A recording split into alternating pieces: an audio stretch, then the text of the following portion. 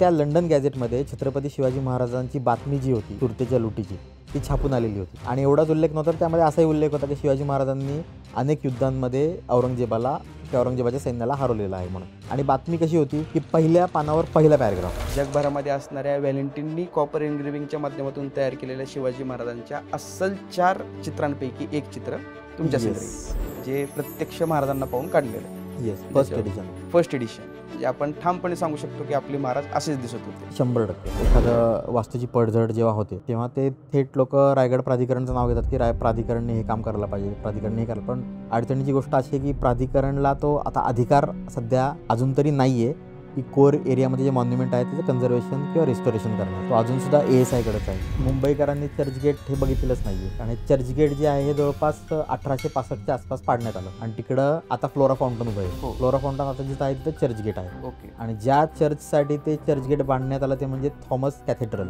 जे अजूनसुद्धा आहे. सुवर्णदूर महाराष्ट्रात आहे, कोकणातल्या किनारपट्टीवर आहे, अरबी समुद्रात. हा सुवर्णदूर इंग्लंडला कधी गेला? नेमकं रायगड प्राधिकरण काम काय करतं, त्याच्या काम करण्यासाठी त्याच्या कक्षा काय काय आहेत आणि त्याच्या माध्यमातून रायगडाचा विकास नेमका कसा साध्य होणार? छत्रपती राजाराम महाराजांवर फारसा अभ्यास झालेलाच नाहीये.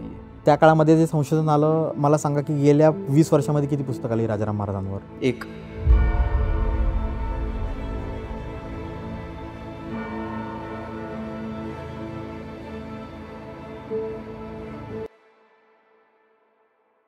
इतिहास अभ्यासक म्हणलं की आपल्या डोळ्यासमोर उभे राहतात 60-70 पार केलेले ज्येष्ठ इतिहास अभ्यासक.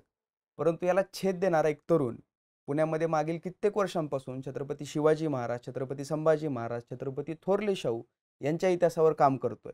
पेशाने सॉफ्टवेअर इंजिनियर असलेले मालोजीराव जगदाळे, ज्यांनी छत्रपती शिवाजी महाराजांची अस्सल चित्रांच्या प्रती भारतामध्ये आणल्या, पहिल्यांदा भारतामध्ये आणल्या. विशेष करून छत्रपती शिवाजी महाराजांची बातमी तत्कालीन लंडन गॅझेट न्यूजपेपरमध्ये जी छापून आली होती, त्या बातमीची मूळ प्रत भारतामध्ये आणली. रायगड विकास प्राधिकरणामध्ये छत्रपती संभाजी महाराजांच्या मार्गदर्शनाखाली ते OSD म्हणून आणि हिस्ट्री कन्सल्टंट म्हणून कार्यरत आहेत. वर्ल्ड युनेस्को महाराष्ट्रातल्या गड किल्ल्यांना जागतिक वारसास्थळाच्या यादीमध्ये समावेश व्हावा म्हणून ज्यांनी प्रयत्न सुरू केले होते, जे अजूनही त्यासाठी कार्यरत आहेत, असे मालोजीराव जगदाळे एक तरुण इतिहास अभ्यासक आज आपल्यासोबत आहेत. आणि त्यांच्यामार्फत मराठ्यांच्या जगभर पसरलेल्या पाऊलखुणांचा आज आपण मागोवा घेणार आहोत. मालोजीराव, या इतिहास कट्ट्यावर तुमचं स्वागत आहे. थँक्यू केतन. मागील म्हणजे मला हे वैयक्तिक सांगायला आवडेल की मी मागील 10-11 वर्षांपासून तुमच्यासोबत काम करतोय आणि मी तुमची कार्यपद्धती, तुमचं संशोधन करण्याचं जे काही एकूण पद्धत आहे, मी ती फार जवळून पाहतोय. त्याच्यामुळे मला सुद्धा प्रेरणा मिळते. माझ्यासोबत हजारो तरुण असे आहेत की जे तुमच्यामुळे इन्स्पायर होत आहेत आणि ही खूप मोठी गोष्ट आहे.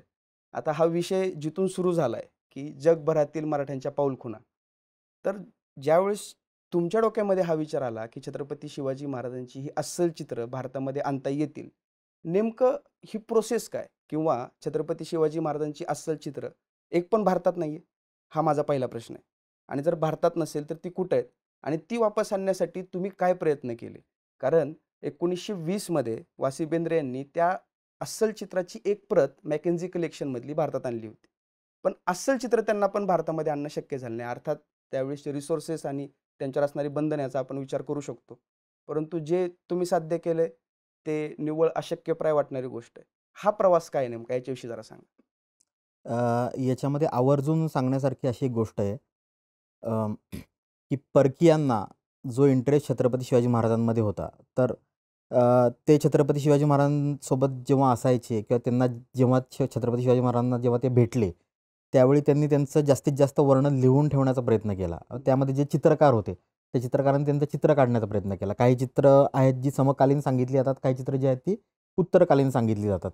आणि छत्रपती शिवाजी महाराज ज्यावेळी गोवळकोंड्याला गेले होते कुतुबशहाला भेटायला, तर गोवळकोंड्याच्या कुतुबशहाच्या चित्रशाळा आणि रत्नशाळा जगप्रसिद्ध होत्या. रत्न तर म्हणजे साऊथ आफ्रिकेची डिबियर्सची जी आहे हिऱ्याची खाण, ती सापडण्या अगोदर जगातली सगळ्यात मोठी हिऱ्यांची खाण जी होती ती गोवळकोंड्याची होती. आणि रत्नशाळा तिथली त्यासाठी ती प्रसिद्ध होती, कारण जगभरात हिरे जे होते ते सप्लाय गोवळकोंड्यातनं होत असत. मग ती खाण जेव्हा संपली त्यानंतर मग साऊथ आफ्रिकेमध्ये हिऱ्यांच्या खाणीचा उदय झाला. चित्रशाळा ज्या होत्या गोवळकोंड्याच्या बादशहाच्या, त्या अतिशय उत्कृष्ट होत्या. त्याच्या पदरी अतिशय चांगले चित्रकार होते. आणि त्याच्यामधल्याच काही चित्रकारांनी छत्रपती शिवाजी महाराजांची चित्र जी आहेत ही काढण्याची शक्यता आहे. आणि ही चित्र जी आहेत या चित्रांचा पण नंतर व्यापारी पेठा तिकडे होत्या, त्यामध्ये त्याचं कलेक्शन केलं जायचं, त्या विकल्या जायच्या. ह्याच्यामध्ये गंमत अशी होती, की अ, तत्कालीन जग जे होतं हं. ते युरोपियन्सच्या म्हणण्यानुसार old world and new world असं होतं.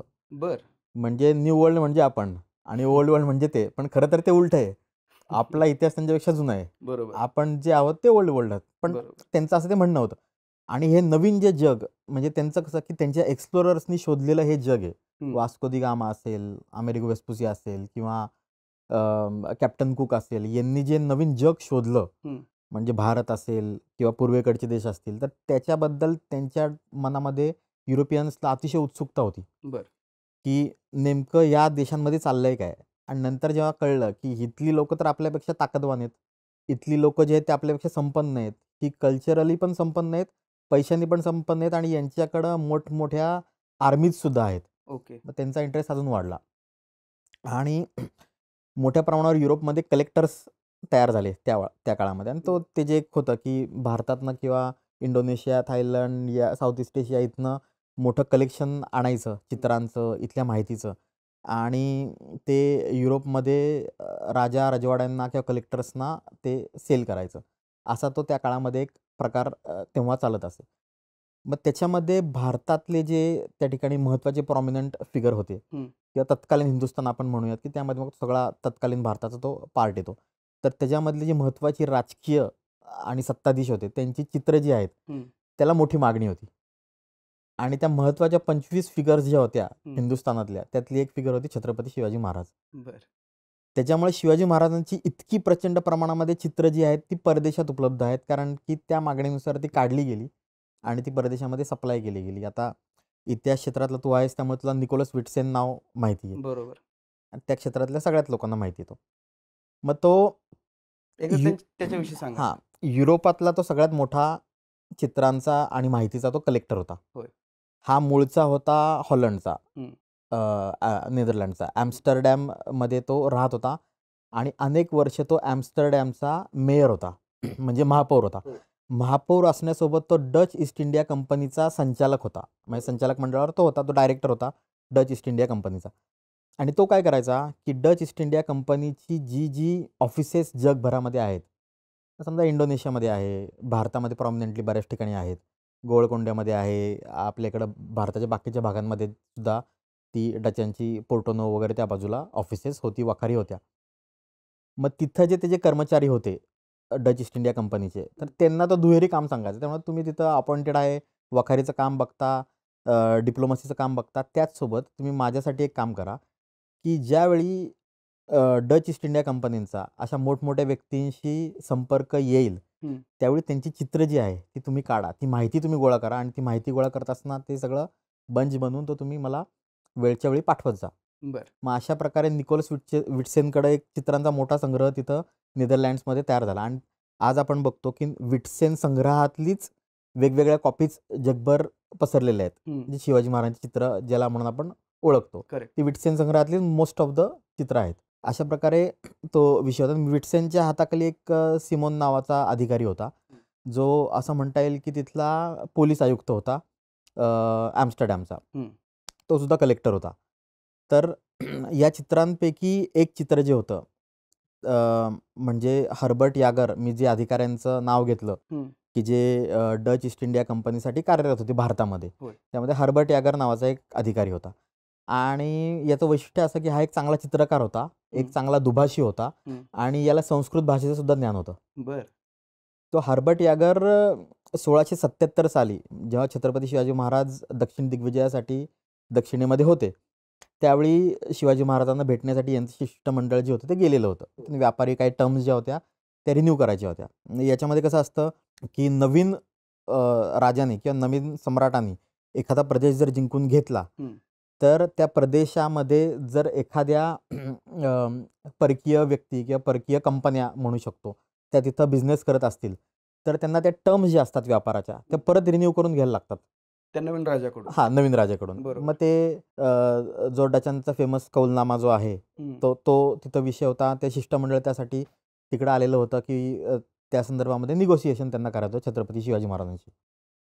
तर शिष्टमंडळ तिथं आल्यावर शिवाजी महाराजांनी त्यांना काही लगेच वेळ दिली नाही. कारण की तो पूर्ण प्रदेश आपण जिंकत जिंकत पुढे चाललो होतो. मोठ्या लष्करी मोहिमा आसपासच्या प्रदेशात चाललेल्या होत्या. मराठ्यांचं कसं होतं, एक ठिकाणी ते मोठा कॅम्प लावायचे हं. आणि सैन्य वेगवेगळ्या प्रदेशांमध्ये जाऊन तो प्रदेश जिंकून येत होता किंवा डिप्लोमसीनी सुद्धा आपण तो प्रदेश जो आहे तो आपल्या अंडर घेतो. जसं की मदुराईचा नायक आला होता. तिथे काही युद्ध करायची गरज नाही पडली. तो डायरेक्ट तहासाठी रेडी झाला होता बरोबर. आणि आपल्या त्या काळचे जे वकील होते त्यांना तो भेटलेला होता.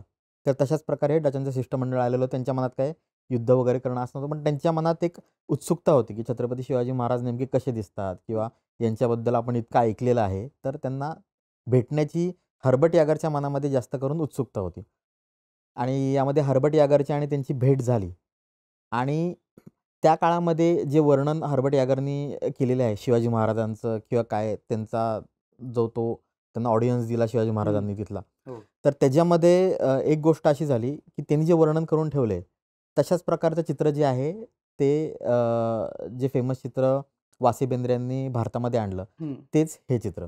जे हर्बटनी काढलं होतं. हां, जे हर्बट यागरनी काढल्याची शक्यता आहे. शक्यता आहे. असं रिटर्नमध्ये कुठे लिहिलं नाही की हर्बट यागरनी काढलेलं आहे. पण तो टाईम मॅच होतो आणि तो हं. प्रसंगसुद्धा मॅच होतो. तर तो हं. प्रसंग अतिशय इंटरेस्टिंग आहे. म्हणजे ह्याच्यामध्ये खरं तर आपलं जे हेर खातं आहे, हो. त्या हेर खात्याचे फार कमी रेफरन्सेस आपल्याला सगळीकडे मिळतात. हो. म्हणजे आपण बहिर्जी नायकांबद्दल बोलतो, पण बहिर्जी नायकांचे एखाद दुसरा जो आहे रेफरन्स जो आहे तो आपल्या इतिहासामध्ये आहे. म्हणजे लेखी नोंद. करेक्ट. त्या व्यतिरिक्त आपलं हेर खातं कसं काम करतं कुठेही नोंद नाही.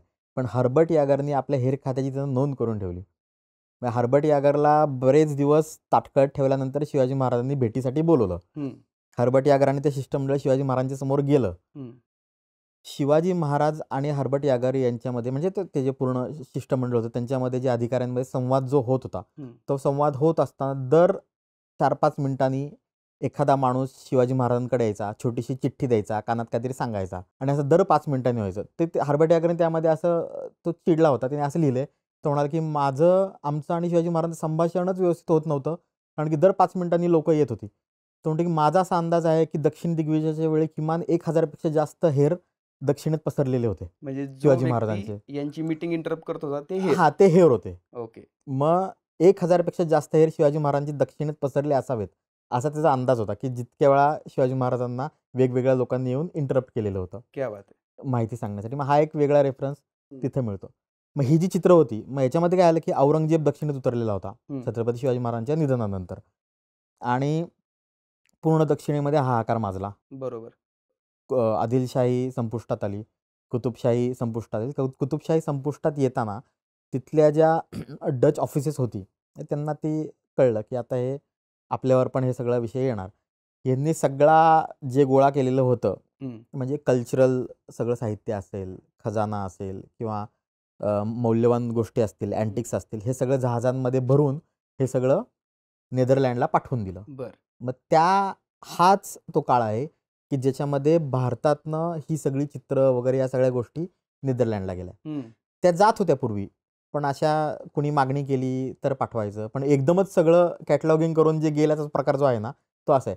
तर त्यामुळं आता मराठा पाचशामध्ये सगळी चित्र ती आलेली आहेत. बरोबर. ते कॅटलॉगिंग जर तू बघितलं असेल तर तुला लक्षात येत असेल, की काय-काय ठिकाणी कॅटलॉगिंग करताना रेफरन्सेस वगैरे चुकीचे गेलेले आहेत. मग ते खूप घाईगडबडीने केलेले आहेत, कारण वेळ तशी होती, की मोगलांचं कुठल्याही वेळी आक्रमण होईल हं. आणि आपली चित्र वगैरे किंवा हे जप्त केली जातील किंवा जाळली जातील. त्यामुळे पटकन निघा आणि हे सगळं सामान नेदरलँड्सला पाठवा. हो. मग अशा प्रकारे ती सगळी चित्र तिथं पोहोचली.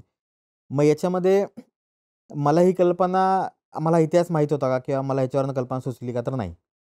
एक हॉलिवूडचा चित्रपट मी बघत होतो, ज्याच्यामध्ये सेकंड वर्ल्ड वॉरमध्ये हं. आणि फर्स्ट वर्ल्ड वॉरमध्ये जे सगळी अफरातफर झालेली होती युरोपमध्ये हं. आणि त्याच्यामध्ये अँटिक्स मोठ्या प्रमाणात चोरले गेले. एका जिंकलेल्या राष्ट्राने हारलेल्या राष्ट्राची. चित्र मोठ्या प्रमाणात चोरली गेली. इकडची बरं. तिकडं झाली. बरं. तर ती चित्र इकडची तिकडं झाल्यामुळं काय झालं, की ती जी गोळा करून ज्या लुटारू लोकांनी किंवा सैन्याचं एक डिफंक्ट झालेलं काय असेल ब्रांच त्यांनी ती चोरलेली होती. तर त्यांनी ती ब्लॅक मार्केटमध्ये विकायला सुरुवात केली आणि मोठ्या प्रमाणावर प्रायव्हेट कलेक्टर्सनी ती विकत घेतली. त्यामुळे मला असं वाटलं, की आत्तापर्यंत आपण जी ऑनलाईन चित्र शोधत होतो, बघत होतो, ही सगळी त्या गव्हर्नमेंट्सकडे आहेत. हं. ब्रिटिश लायब्ररीकडे चित्र आहे. ब्रिटिश म्युझियमकडे चित्र आहे. परत व्हिक्टोरियन अल्बर्टकडे चित्र आहे. बरोबर. रिस म्युझियममध्ये चित्र आहे. फ्रान्सचं जे फेमस पॅरिसचं संग्रहालय लूव्र तिथं तिथं एक चित्र आहे. तर अशी चित्र सरकारकडे पसरली आहेत. आम्ही जर म्हटलं सरकारला, की तुम्ही चित्र ते देणार आहे का नाही देणार? ती गव्हर्नमेंटची प्रॉपर्टी आहे. करेक्ट. म्हटलं आपण असं जर प्रयत्न केला तर, की प्रायव्हेट कलेक्टर्स शोधले युरोपमधले आणि सगळ्यांना विचारायला सुरुवात केली, तुमच्याकडे हे चित्र आहे का? तर मग सुरुवातीला मी सगळ्यांना मेल करायला सुरुवात केली, की तुमच्याकडे छत्रपती शिवाजी महाराजांचं चित्र आहे का? तर मग ते म्हणाले, की नावाने आम्हाला कळणार नाही. एखाद दुसरे तुमच्याकडे चित्र असतील तर आम्हाला पाठवा. मग आम्ही ते मॅच करून हे देतो. तर 40-50 कलेक्टर्स असे शोधून काढले, बरं. की ज्यांच्याकडे ती मध्ययुगीन काळातलं भारताशी संबंधित काहीतरी साहित्य असू शकतं. ओके. त्यांच्याकडे तलवारी वगैरे तसल्या त्या गोष्टी होत्या. मग अगदी क्रिस्टीज, बोनहॅम्सपासून सगळे छोटे-छोटे कलेक्टर सगळ्यांना मेल पाठवायला सुरुवात केली. बरं. मग त्या बोनहॅम्सकडनं रिप्लाय आला. बोनहॅम्स सांगायचं झालं तर जगातलं सगळ्यात मोठं बरोबर आहे. ऑक्शनर्स ऑप्शन जे आहेत, हाऊस. त्यामधलं बोनहॅम्स एक आहे. बोनहॅम्स. त्यांच्या म्हणलं नादाला लागू शकत नाही. त्यांच्याकडे करोडोचा विषय असतो. आपल्या काय हाताला ते लागणार नाही. पण मी एक प्रयत्न करून बघितलं. शिवाजी महाराजांचं एक चित्र होतं. त्यांच्याकडे काहीतरी ते 3000 पाऊंडमध्ये ते हे करणार होते. पण त्यांची तर अशी पद्धत नाही आहे, की मी गेलो आणि मला चित्र दिलं नाही. ते दर महिन्याला एक लॉट ओपन करतात. बरं. त्या लॉटमध्ये जे साहित्य असतं त्याचंच फक्त ऑप्शन होतं. ओके. ते म्हणाले, की हे चित्र अजून लॉटमध्ये आलेलं नाही आहे आणि हे लॉटमध्ये येईल याची काही शक्यता असा वाटत नाही आहे. जर लॉटमध्ये आलं तर मी तुम्हाला ते कळवतो.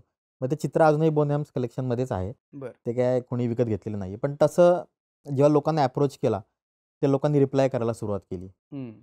त्याच्यामध्ये गमतीशीर प्रकार असा घडला, की लोकांनी शिवाजी महाराज सगळे आपली लोकं तशी दिसायला थोडीशी सेम दिसतात ना. कोणी शिवाजी महाराज समजून सवाई जयसिंहाचं चित्र पाठवलंय. हे छत्रपती शिवाजी महाराज इथं-इथं होऊन गेले ही हिस्ट्री सगळी मी त्यांना सांगितलं. त्यांना त्यांच्या लक्षात आलं ती गोष्ट. आणि मग त्यांनी काय केलं, की ते मी सांगितलं ह्यामध्ये ते रेफरन्सेस आहेत. मग त्यावेळी नेदरलँड्सचे आणि क्रोएशियाचा एक कलेक्टर होता. त्यांनी मला एक स्निपेट पाठवला. त्याच्यामध्ये ते एक जस्ट फोटोसारखं ते होतं, की हे आमच्याकडे आहे म्हणून. मला लक्षात आलं, की हां, हे आहे म्हणून. मग त्यांच्याकडून मी ते मागवलं. पैसे भरले तिथं आणि ते मागवलं. मग फ्रान्सवा व्हॅलेंटाईन म्हणून एक लेखक आणि ग्रंथकार होऊन गेला युरोपमध्ये. तर त्यांनी न्यू अँड ओल्ड वर्ल्ड म्हणून एक ग्रंथ लिहिला. म्हणजे 5 भाग आणि 5 खंड आणि 8 भागामध्ये ते संपूर्ण चरित्र आहे. बरोबर.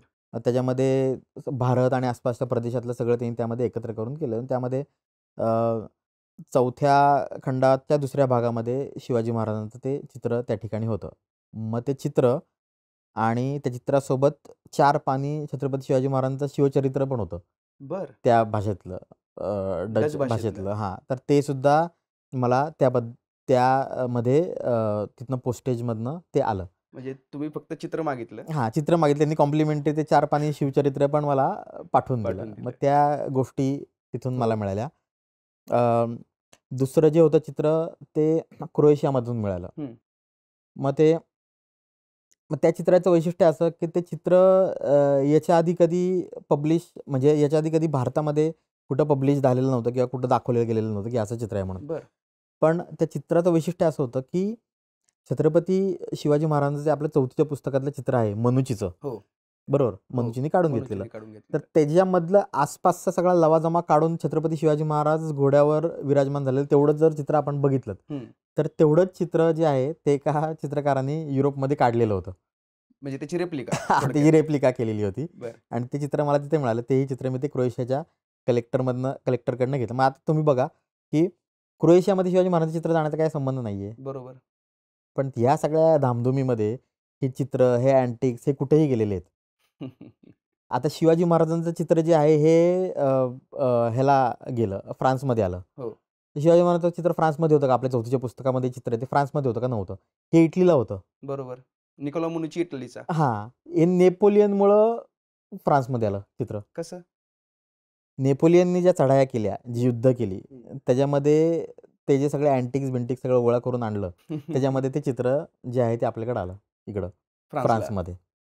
मग अशा या सगळ्या शिवाजी महाराजांच्या चित्राच्या गमती-जमती आहेत. म्हणजे दोन्ही चित्र आली त्यातलं एक चित्र जे आहे ते स्टील एन्ग्रेव्हिंग प्रकारातलं होतं. बरं. मग स्टील एन्ग्रेव्हिंग प्रकार म्हणजे हे फार जुनं नाही, लेटेस्टमधलंच होतं. म्हणजे जवळपास 1750 ते 1800च्या दरम्यानमधलं हे क्रोएशियाचं जे आणलेलं चित्र जे होतं ते होतं. आणि दुसरं जे चित्र आहे, ते मात्र अतिशय महत्त्वाचं आहे. म्हणजे आपण त्याला मूळ चित्रसुद्धा म्हणू शकतो. हे अशासाठी, की जे याचं मूळ चित्र होतं ते आता नष्ट झालेलं आहे.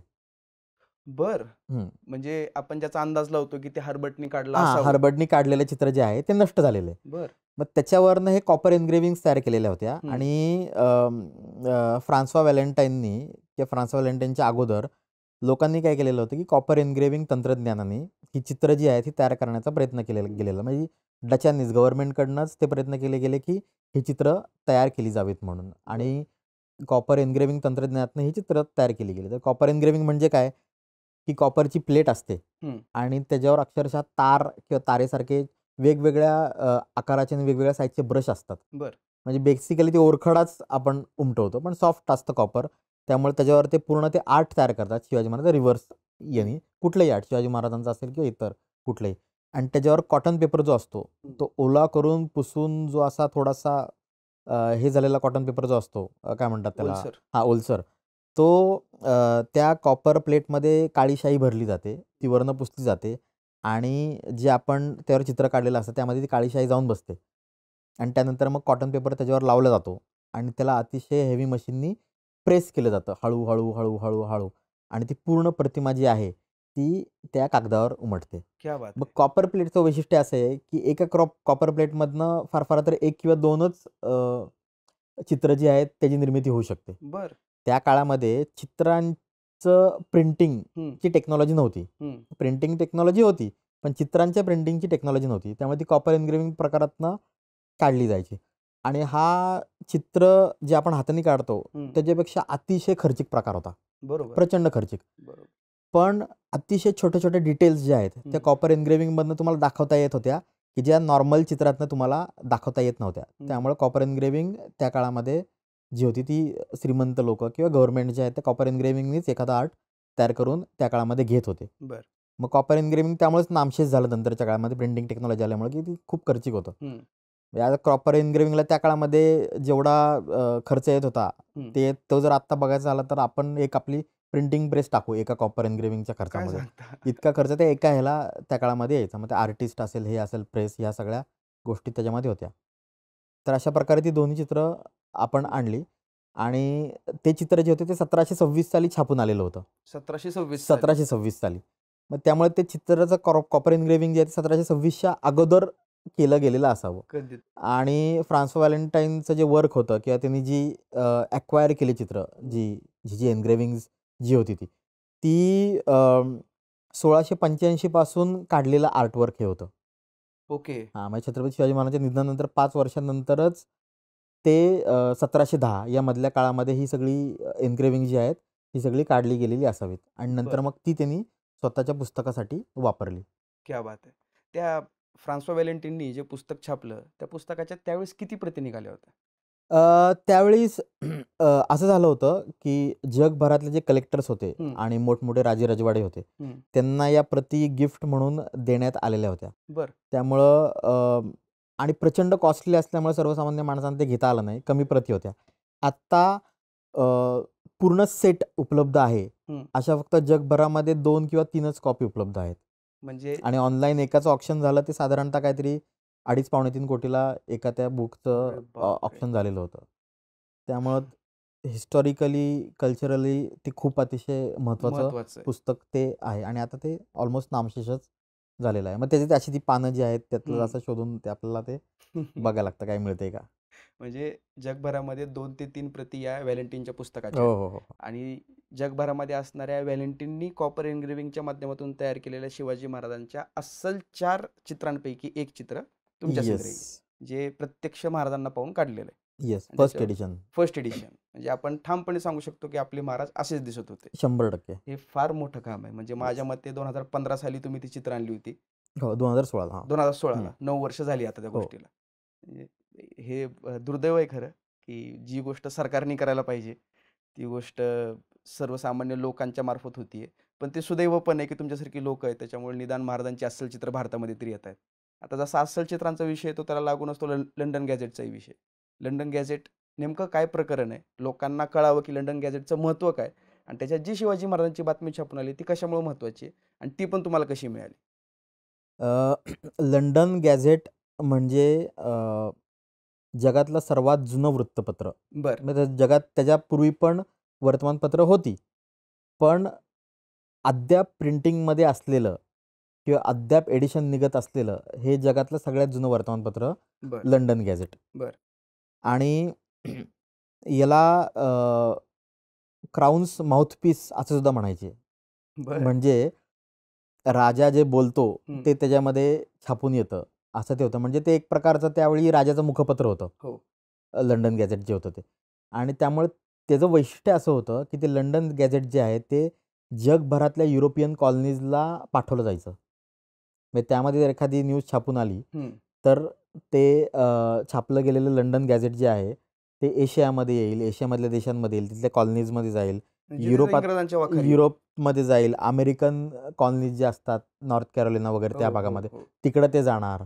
त्यामुळं त्या लंडन गॅझेटमध्ये छत्रपती शिवाजी महाराजांची बातमी जी होती, सुरतेच्या लुटीची, हम्म, ती छापून आलेली होती. हम्म, आणि एवढाच उल्लेख नव्हता, तर त्यामध्ये असाही उल्लेख होता, की शिवाजी महाराजांनी अनेक युद्धांमध्ये औरंगजेबाला किंवा औरंगजेबाच्या सैन्याला हरवलेलं आहे म्हणून.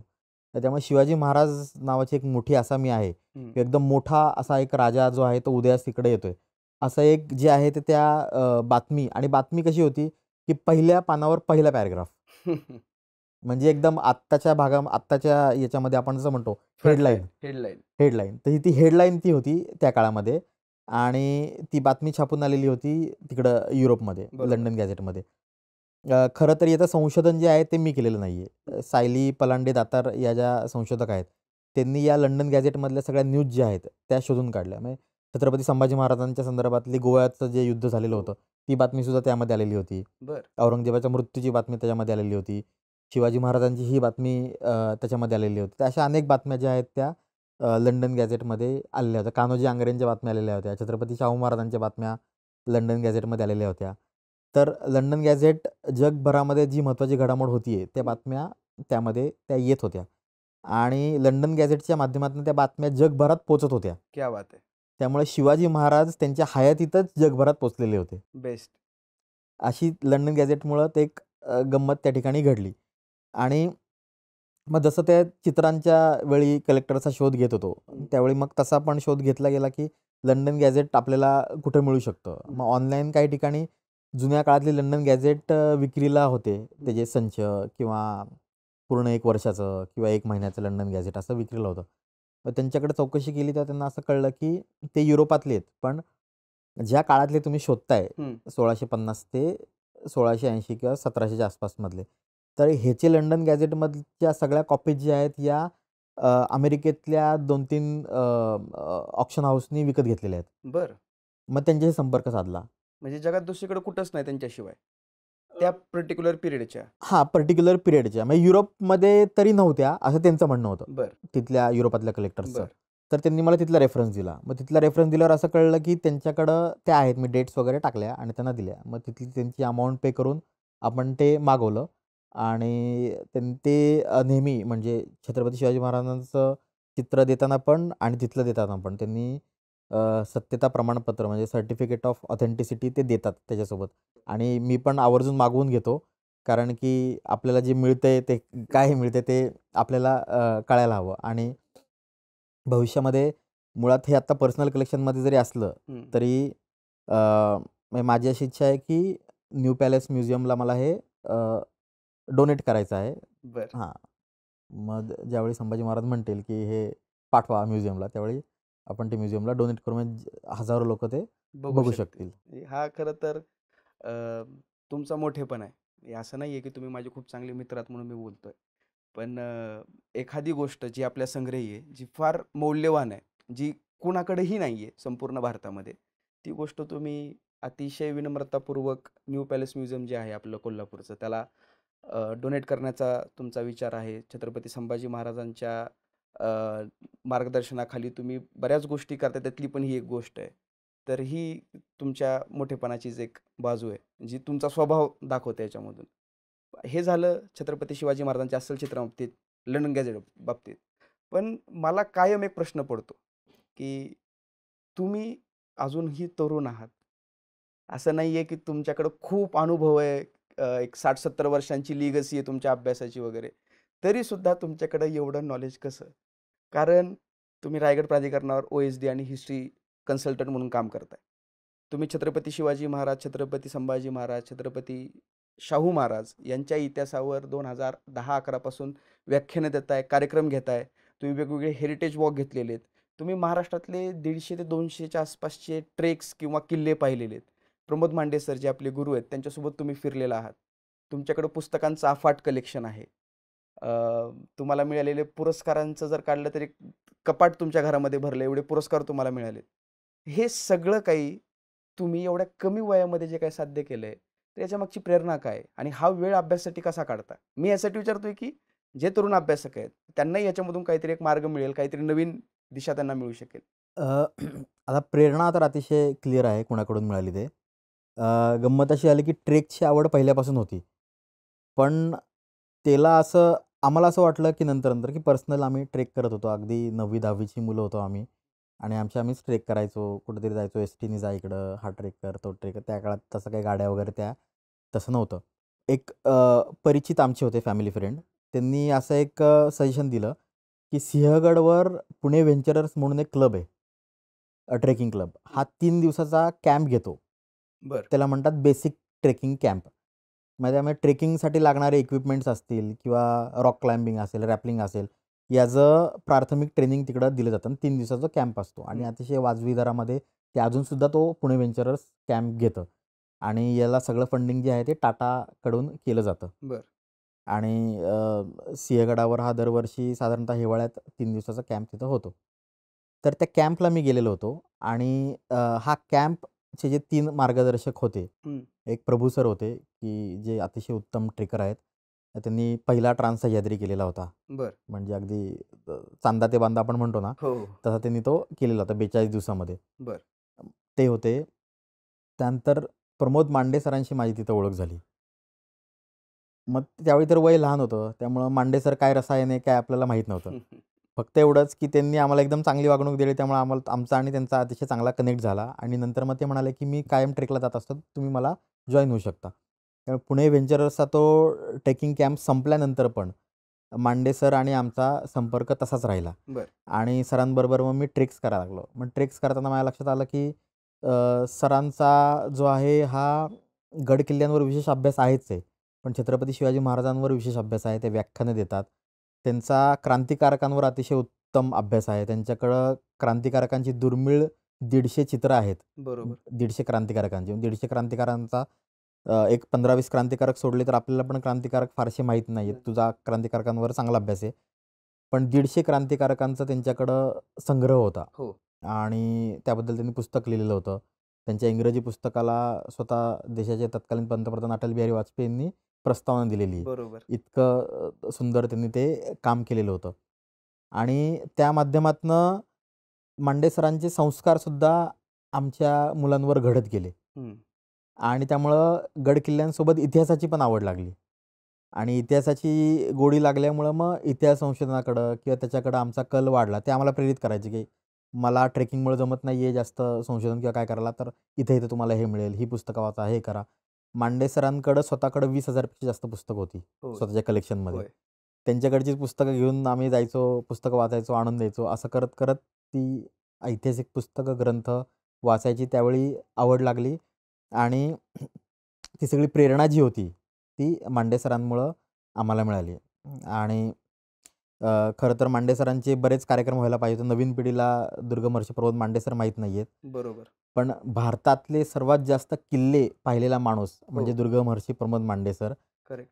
जवळपास 3200 पेक्षा जास्त किल्ले भारतातले त्यांनी बघितलेले आहेत. बरोबर. म्हणजे अगदी त्या आसामच्या अहोम राजांच्या किल्ल्यांपासनं ते अगदी हिमाचलच्या किल्ल्यांपासून ते अगदी दक्षिण भारतातले किल्ले, ते अगदी गुजरातच्या भडोच-बिडोचपासनंचे तिकडच्या किल्ल्यांपासनं ते अगदी ओरिसामधले किल्ले, हे सगळे किल्ले जे आहेत ते मांडे सरांनी त्या ठिकाणी बघितलेले आहेत. त्यामुळे इतकं मोठं त्यांचं काम आहे आणि ते सगळं त्यांनी डॉक्युमेंटेशन त्याचं जे आहे ते त्यांनी करून ठेवलेलं होतं. म्हणजे इतका मोठा दुर्ग संशोधक जे होता त्यांचा सहवास हं. आम्हाला लाभला हो. आणि त्यांच्या माध्यमातनं आम्ही ते घडत गेलो. म्हणजे ते चालतं बोलतं इतिहासाचं विद्यापीठच होतं.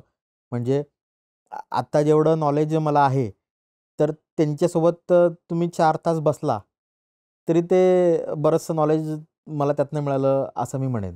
म्हणजे त्यांच्याकडे गेलो की वेळ कसा जायचा कळायचं नाही. कळत नव्हतं. खरं आहे. इतकं अगदी म्हणजे मांडे सरांनी जबरदस्त ते काम केलेलं होतं आणि त्यांची अशी मनापासून इच्छा होती की महाराष्ट्रातले गड किल्ले हे जागतिक नकाशांवर यावेत आणि ते अतिशय डागडुजी असावी, कन्झर्वेशन, रिस्टोरेशन चांगल्या पद्धतीचं व्हावं. त्यांची ती मनापासून इच्छा होती आणि त्यांनी त्या काळामध्ये प्रयत्नसुद्धा तसे केलेले होते.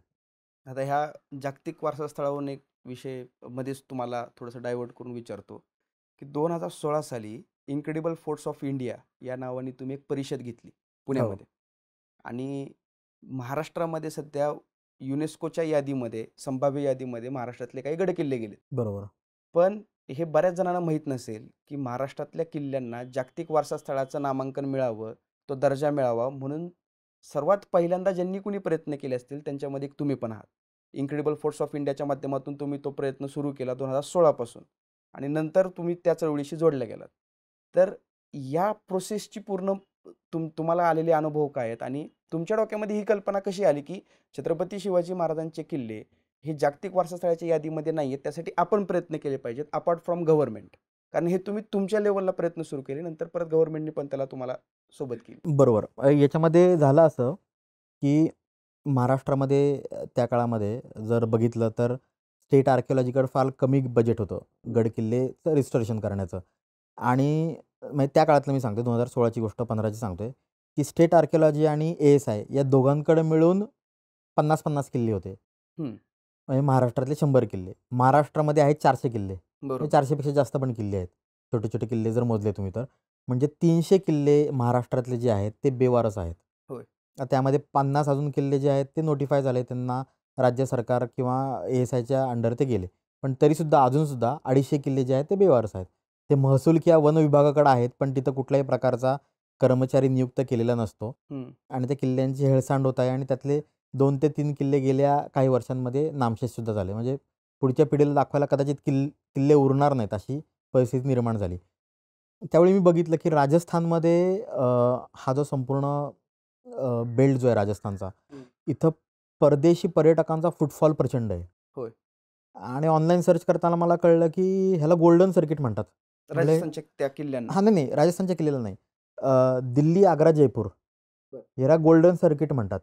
म्हणजे दिल्ली करतात लोकं आग्र्याला जातात आणि तिथनं जयपूरमध्ये येतात. तिथं गोल्डन सर्किट कंप्लीट होतं. हं. पण जयपूरवरनं मग ते परत उदयपूर, जोधपूर, बिकानेर असा पुढं प्रवास करतात आणि संपूर्ण राजस्थान परदेशी पर्यटक फिरतात. बरं.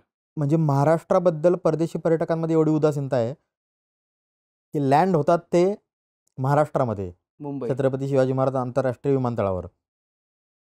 तिथून ते जातात डायरेक्ट केरळला, कोचीला. कोचीला जातात, वर्कलाला जातात. तिथून येतात ते गोव्यामध्ये. गोव्यामध्ये फिरतात आणि अख्खा महाराष्ट्र स्किप करून डायरेक्ट जातात दिल्लीला. बरं. दिल्ली करतात, आग्रा करतात, जयपूर करतात आणि बाकी मग राजस्थानमधले सगळे ते किल्ले ते फिरतात. हं. त्या माध्यमातनं राजस्थान गव्हर्नमेंटला किंवा त्या गड किल्ल्यांना प्रचंड मोठ्या प्रमाणामध्ये निधी उपलब्ध होतो आणि तो निधी तिथल्या कन्झर्वेशन आणि रिस्टोरेशनला वापरला जातो. हं. आता त्याच्यामध्ये बरेच जण असा युक्तिवाद करतात, की राजस्थानच्या गड किल्ल्यांवर हॉटेल्स आहेत. तिथं लिकर सर्व्ह केली जाते. हं. अशा गोष्टी त्या सांगतात. बरोबर. पण हे खरं नाहीये. आता याच्यामध्ये कसं आहे, की अगदी थोडे किल्ले आहेत, की ज्याच्यामध्ये अशा गोष्टी घडतात. बरं. पण हे सगळे प्रायव्हेट किल्ले आहेत. ओके. म्हणजे जे हे सरकारच्या मालकीचे किल्ले नाहीयेत. नाहीयेत. सरकारच्या मालकीच्या कुठल्याही किल्ल्यावर राजस्थानमध्ये हॉटेल्स नाहीयेत. बरं. आणि ते किल्ले या वारसा स्थळाच्या यादीत आहेत? या वारसा स्थळाच्या यादीमध्ये ते किल्ले आहेत. बरं. आमेरचा जो किल्ला आहे, हं. त्याच्यामध्ये पार्शल ओनरशिप आहे. 15-20% किल्ला जो आहे तो राजघराण्याकडे आहे. 80% किल्ला जो आहे तो सरकारकडे आहे. हं. अ, चित्तोडगड जो आहे, हं.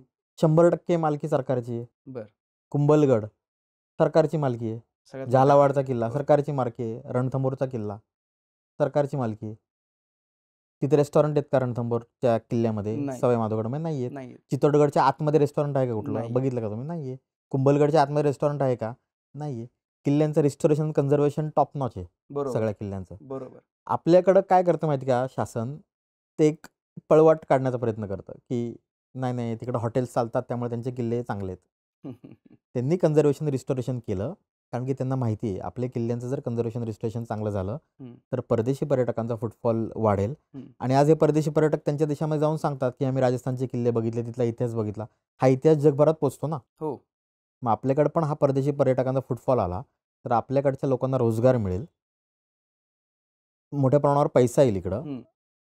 निधी उपलब्ध होईल गड किल्ल्यांच्या रिस्टोरेशनसाठी आणि त्या माध्यमातून पुढं सगळ्या गोष्टी घडतील. मग त्यासाठी हे किल्ले जागतिक नकाशावर येणं गरजेचं आहे. बरोबर. जे आपले मित्र आहेत प्रसाद पवार म्हणून महाराष्ट्र टाइम्ससाठी लिहितात.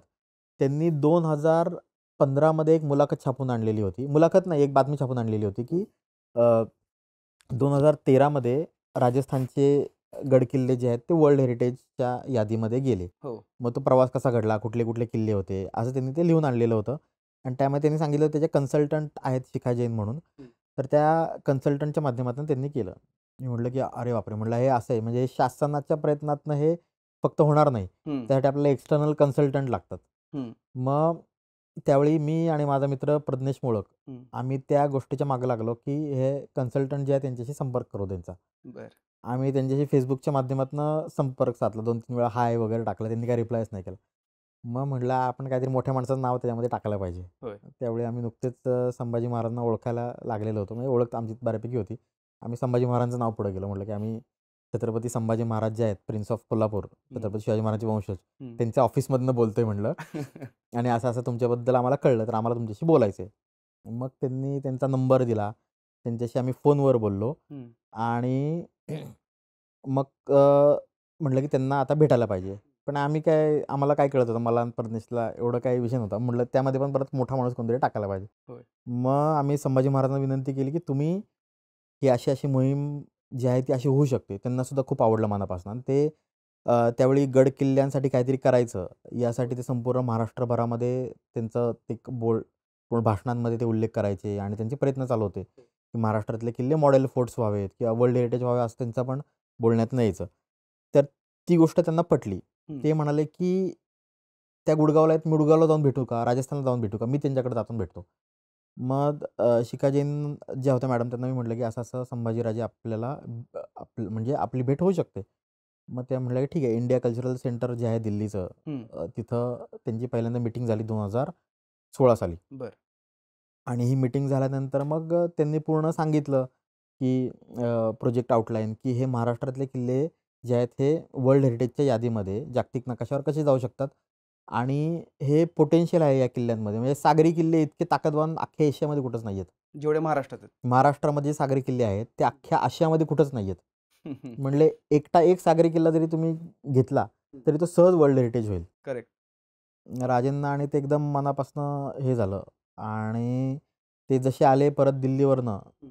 तसे थेट ते अ, यांना भेटायला गेले.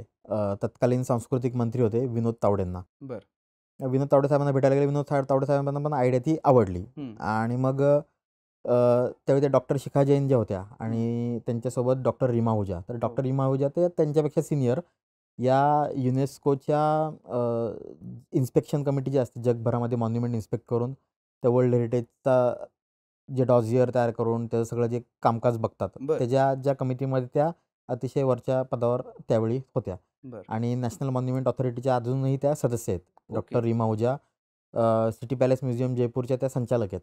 तर त्यासुद्धा सोबत आल्या आणि त्यांच्यासोबत मग विनोद तावडे साहेब आणि संभाजीराजे आणि हे दोन्ही कन्सल्टंट हो. यांनी पूर्ण तो महाराष्ट्रातल्या गडकिल्ल्यांचा प्रॉमिनंट हं. तो दौरा केला. मग हं. त्याच्यामध्ये समुद्री किल्ले बघितले, राजगड, रायगड या किल्ल्यांची पाहणी करण्यात आली. क्या बात है! प्रत्यक्ष जाऊन आम्ही पाहणी केली, काही हवाई पाहणीसुद्धा केली हं. फोर्टिफिकेशन बघण्यासाठी. हं.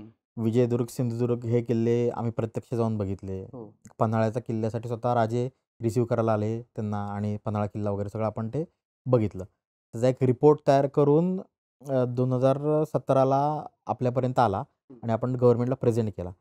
आणि गव्हर्नमेंटनी म्हणजे विनोद तावडे साहेबांनी त्याच्यावर एक कमिटी स्थापन केली, हं. की वर्ल्ड हेरिटेजची ही मोहीम स्टार्ट करण्यासाठी आपल्याला कोणकोणते गडकिल्ले घ्यायला पाहिजेत.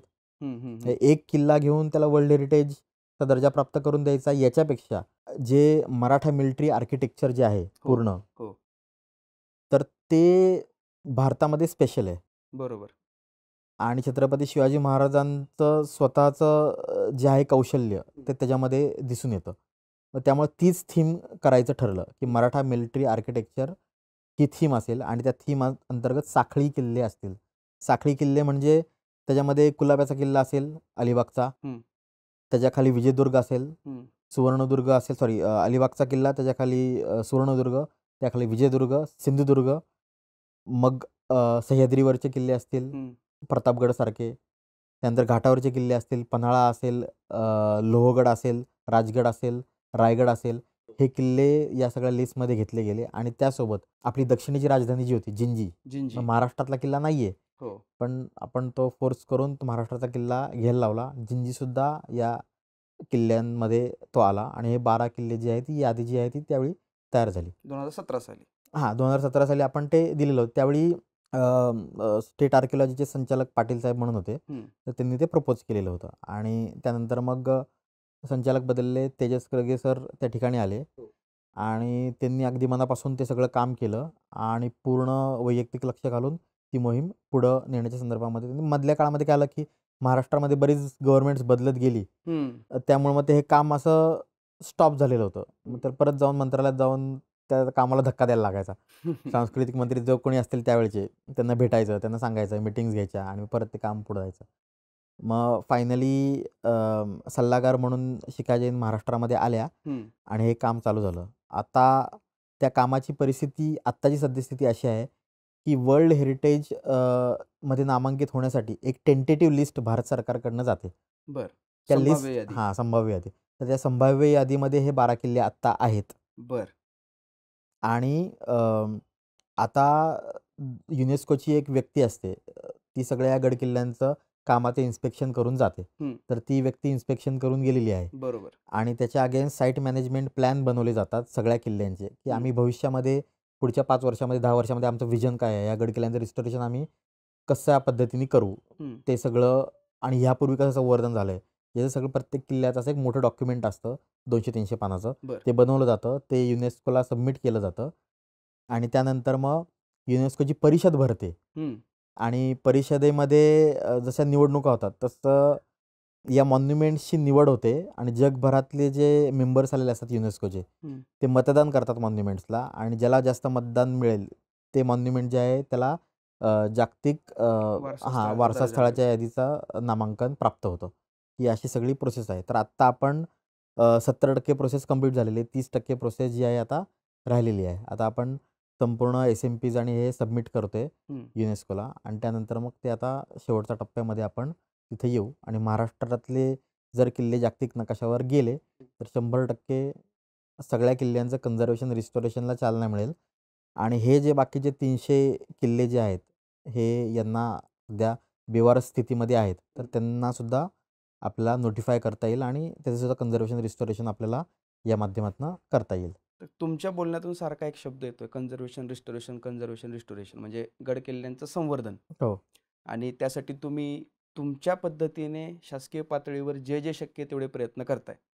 याच कन्झर्वेशन आणि रिस्टोरेशनचा एक महाराष्ट्रातला सगळ्यात मोठा पार्ट आणि खूप महत्त्वाचा विषय ज्याच्याविषयी लोकांच्या मनामध्ये आणखीन बरेच गैरसमज आहेत किंबहुना फारशी माहिती नाही आहे. असा एक प्रकल्प महाराष्ट्रातला जो एका स्वतंत्र किल्ल्यासाठी स्थापन झाला आहे, छत्रपती संभाजी महाराजांच्या अध्यक्षतेखाली. तो म्हणजे रायगड विकास प्राधिकरण.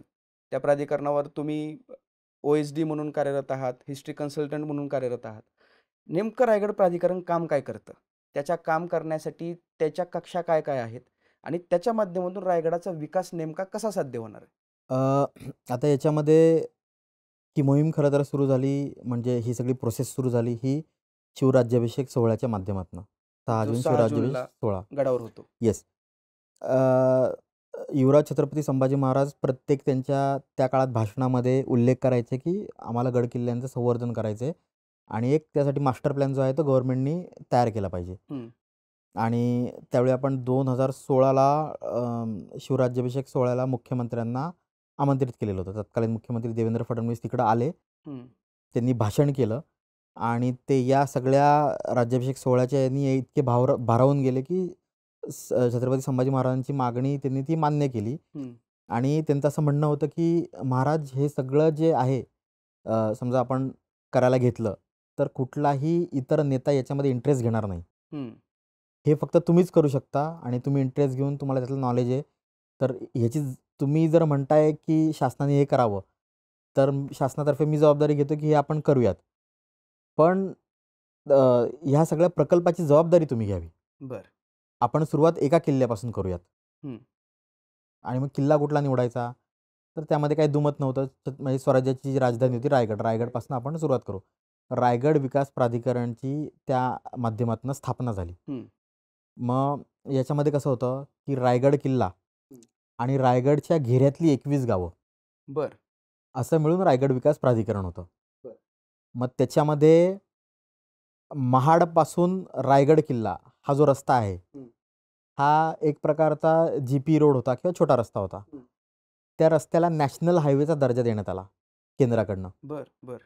कारण तो स्वराज्याच्या राजधानीला जोडला जातो. करेक्ट. म्हणजे फक्त माझ्या मते 2च ठिकाणी राज्यात असं घडलेलं आहे, की नॅशनल हायवेचा हा एक्सेप्शनल दर्जा दिला गेला. एक म्हणजे बाबासाहेबांच्या जन्मगावी जाणारा रस्ता हं. आणि दुसरं म्हणजे शिवाजी हा महाराजांच्या शिवाजी महाराजांच्या राजधानीकडे. राजधानीला जाणारा रस्ता यांना नॅशनल हायवेचा विशेष दर्जा मिळाला. आणि त्यामुळे पूर्ण रायगडच्या परिसराचा कायापालट झाला. 21 गावांमधले अनेक गावं अशी होती, की ज्याच्यामध्ये देशाला स्वातंत्र्य मिळाल्यानंतर रस्तेच झालेले नव्हते. अजून पण झालेले नव्हते. झालेले नव्हते. त्या गावांमध्ये रस्त्याची निर्मिती रायगड प्राधिकरणच्या माध्यमातून झाली. त्याच्यामध्ये रायगड किल्ला जो आहे स्वतः, त्याच्यामध्ये कन्झर्वेशन रिस्टोरेशनचं गेल्या 50-60 वर्षामध्ये काही फारसं काम झालेलं नव्हतं. हं. जे झालेलं होतं त्याच्यावर लोकांकडून टीका होत होती, की अशा पद्धतीने चुकीचं काम होतंय वगैरे, या सगळ्या गोष्टी होत्या. रायगड प्राधिकरणच्या ताब्यात जेव्हा हे सगळं काम आलं, हं. त्यावेळी रायगड किल्ल्याचं सुद्धा काम आपल्याला मिळालं. बरोबर. पण रायगड किल्ल्याचं काम मिळताना आपला त्यांच्यासोबत एम-ओ-यू झाला. हं. म्हणजे एक ॲग्रीमेंट झालेलं आहे ए-एस-आय सोबत.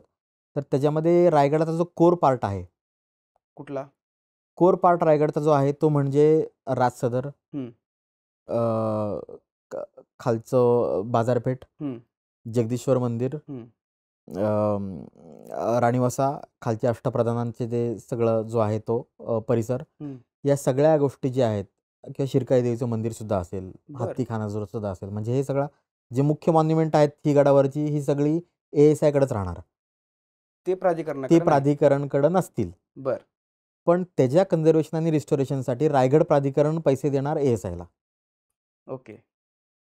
मग ती तरतूद आपण केली. आपण ए-एस-आयला त्यासाठी पैसे दिले, हं. की त्या सगळ्या वास्तूंचं कन्झर्वेशन रिस्टोरेशन व्हावं म्हणून. त्या व्यतिरिक्त हा झाला कोर एरिया, ज्याला तर ए-एस-आय म्हणतं प्रॉपर्टी एरिया. प्रॉपर्टी एरियाच्या बाहेरचा जो भाग आहे, त्याचं कन्झर्वेशन आणि रिस्टोरेशन आपण करू शकतो. बरं. मग याच्यामध्ये काय येतं, की भवानी कड्याच्या बाजूचा भाग येतो. हं. वाघ दरवाजाच्या बाजूचा भाग येतो. कुशावर्त येतं त्याच्यामध्ये. हो.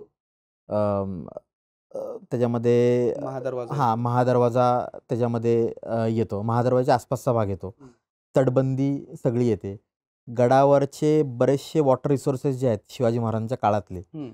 म्हणजे आपण ज्याला फुटका तलाव म्हणतो, हो. हिरकणी तलाव, हा जो सगळा भाग जो आहे किंवा गंगासागर असेल, हत्ती तलाव असेल, हं. ह्याचे सुद्धा कन्झर्वेशन आणि रिस्टोरेशनचं काम आपल्याला त्यामध्ये दिलं गेलं. बरं.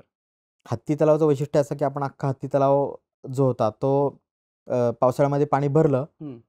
की 15 दिवस किंवा 20 दिवसामध्ये सगळं पाणी वाहून जायचं, आतमधल्या असलेल्या गॅप्समुळं. बरं. तर आपण चुना वापरून या सगळ्या गॅप्स भरल्या. त्याचा जो कीस्टोन होता तो आपण शोधून काढला. तो कीस्टोन साफ करून तिथं बसवला. कीस्टोन म्हणजे कसं, की एखादा टँक असतो मोठा, हो. त्या टँकला खाली एक प्लग असतो. हं. तो प्लग आपण काढला, की सगळं पाणी निघून जातं. बरं, बरं. तसंच शिवाजी महाराजांच्या काळामध्ये जे मोठे-मोठे हे तलाव किंवा हे बांधले गेले, पाणवठे बांधले गेले, तर त्याला कीस्टोन वापरला गेला आहे. बरं. तो कीस्टोन काढला गरजेच्या वेळी जर कीस्टोन काढला तर सगळं पाणी वाहून जातं. ते कीस्टोन सगळीकडचे सापडले. ते कीस्टोन आपण व्यवस्थित रिस्टोअर करून बसवले आणि आता अशी परिस्थिती आहे, की जवळपास हे पाणी 5 ते 6 महिने टिकतं क्या बात है! गडावर, हत्ती तलावाचं. तसंच आपण काळ्या हौदाचं रिस्टोरेशन केलं आणि हे सगळे गडावरचे जे पाणवठे आहेत, हे एकमेकांना आपण इंटरकनेक्टिंग मशिनरीनी एकमेकांना जोडले. बरं. त्यामुळे गडावर आता 12ही महिने पाणी असेल आणि पाण्याचा तुटवडा इथून पुढं भासणार नाही. हे काम आपण केलं. चित दरवाजापासून आपण पाथवे गडावर केला. हो. नाणे दरवाजापासून पाथवे केला. नाणे दरवाजापासून केलेला पाथवे हा पूर्णतः नवीन आहे आणि त्यात नाणे दरवाजाचं सगळं किंवा नाना दरवाजा आपण म्हणतो, ते सगळं जे दगडं वगैरे सगळी जी पडलेली होती तिथं, ती सगळी आपण दरीतनं ओढून 200-300 किलोची दगडं वर आणली, बर शेकडो दगडं.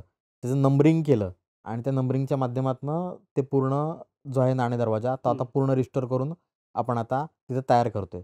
बर बर बर अत्याधुनिक तंत्रज्ञान महाराष्ट्रातल्या कुठल्या गडकिल्ल्यावर वापरलं गेलं नाही. आपण इस्रोची सब डिव्हिजन असणारी MRSAC म्हणून एक संस्था आहे नागपूरची. त्यांच्याकडून आपण संपूर्ण गड किल्ल्याचं सॅटेलाईट मॅपिंग करून घेतलं. बर रायगडचं आणि बाकीच्या 21 गावांचं सुद्धा, हम्म. की तिथलं पाण्याचे रिसोर्सेस काय आहेत किंवा तिथं कॉन्टूर्स कसे आहेत, रस्ते आता जर बनवायचे का काय बनवायचं, सुविधा द्यायच्या तर कशा द्यायच्या. त्यासाठी 21 गावांचं केलं आणि रायगड किल्ल्याचं केलं ते रिस्टोरेशन कन्झर्वेशनच्या माध्यमातून. त्याचं लायडार मॅपिंगसुद्धा झालं.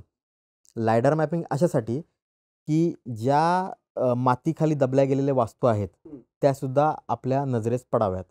मग त्या लायडारच्या संशोधनातनं जवळपास 400पेक्षा जास्त साईट्स ज्या आहेत या आपल्याला बघायला मिळणार आहे. त्याचं कन्झर्वेशन झाल्याच्या नंतर किंवा डेब्री क्लिअरन्स जेव्हा ह्याची माती सगळी बाहेर काढली जाईल तर जवळपास 200पेक्षा जास्त नवीन साईट्स ज्या आहेत या रायगडवरच्या आपल्या निदर्शनामध्ये तिकडे येतील आणि लोकांना ते पाहायला उपलब्ध होईल. क्या बात हा संपूर्ण त्यामध्ये रायगड किल्ल्याच्या पायथ्याला पाचाडजवळ जिजाऊ साहेबांचा जो वाडा आहे, तर त्याच्या समोरच्याच बाजूला 100 एकर जमीन जी आहे ती रायगड प्राधिकरणाने संपादित केलेली आहे आणि तिकडे एक मोठा प्रकल्प उभा राहतोय. ओके त्याला आपण शिवसृष्टी असं म्हणणार नाही.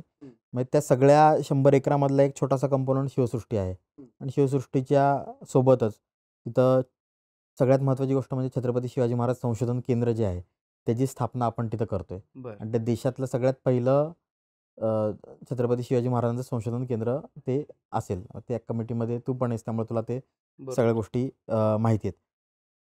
आणि त्यासोबत त्या काळामध्ये जिओग्राफिकल जो सगळा भाग होता स्वराज्याचा तो कसा होता त्याचंसुद्धा आपण एक थीम बेस्ड त्या ठिकाणी सगळं तयार करतोय. स्वराज्यातले किती मावळे होते त्या मावळ्यांची सगळी इन्फॉर्मेशन दृश्य स्वरूपामध्ये आपण लोकांसाठी मांडतोय. इमर्सिव्ह एक्सपिरियन्स जो आहे, हो जो जसा परदेशामध्ये इमर्सिव्ह एक्सपिरियन्स असतो की तुम्हाला चारही बाजूंनी पूर्ण ते सगळं बघायला मिळतं ऐतिहासिक पद्धतीने. तर ते इमर्सिव्ह एक्सपिरियन्स आपण त्यामध्ये तिथं देण्याचा प्रयत्न करतोय आणि 4 टप्प्यामध्ये हे काम असेल आणि हा पूर्ण जवळपास 650 कोटींचा प्रकल्प आहे. 550 ते 650 कोटींचा शिवसृष्टीचा आणि रायगड किल्ल्यासाठी आणि आजूबाजूच्या भागासाठी 607 कोटी जे आहेत ते सरकारने ग्रांट केलेले आहेत, होय जे आपण कन्झर्वेशन आणि रिस्टोरेशनसाठी रायगडच्या तिथं वापरतो. आणि छत्रपती संभाजी महाराजांच्या मार्गदर्शनाखाली सगळं काम तिथं चालू आहे. त्याच्यामध्ये आपण कन्सल्टंट्स आहेत आणि PWD आहे याच्या माध्यमातून आपण ते सगळं काम करतो आणि सेक्रेटरी म्हणून जिल्हाधिकारी हे सगळं काम बघतात. ते असं संपूर्ण त्याचं स्ट्रक्चर आहे. पण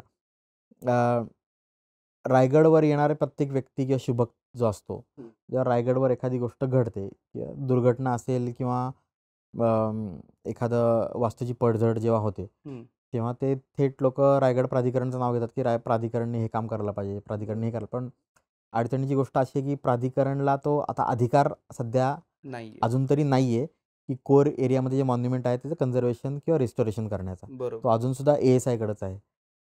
दुर्दैव असं आहे, की ASIकडे मोठे-मोठे टेंडर्स घ्यायची किंवा त्यांच्याकडं मोठ्या प्रमाणात ती काम करणारी लोकं नाही आहेत. त्यामुळं त्यांचं काम जे आहे ते अतिशय संथ गतीने चालतं. म्हणजे आता मी जसं सांगितलं, की गडावर 300पेक्षा जास्त साईट्स ज्या आहेत किंवा 200पेक्षा जास्त प्लिंथ आहेत, त्या सगळ्या ओपन करायचं वगैरे ह्या सगळ्या प्रोजेक्टचं त्या ठिकाणी आपण काम करतोय. पण फक्त जर ASIने स्वतःची यंत्रणा लावून जे करायचं प्रयत्न केला, तर त्यांना 100 वर्षापेक्षा जास्त वर्ष लागतील हे सगळं काम करायला.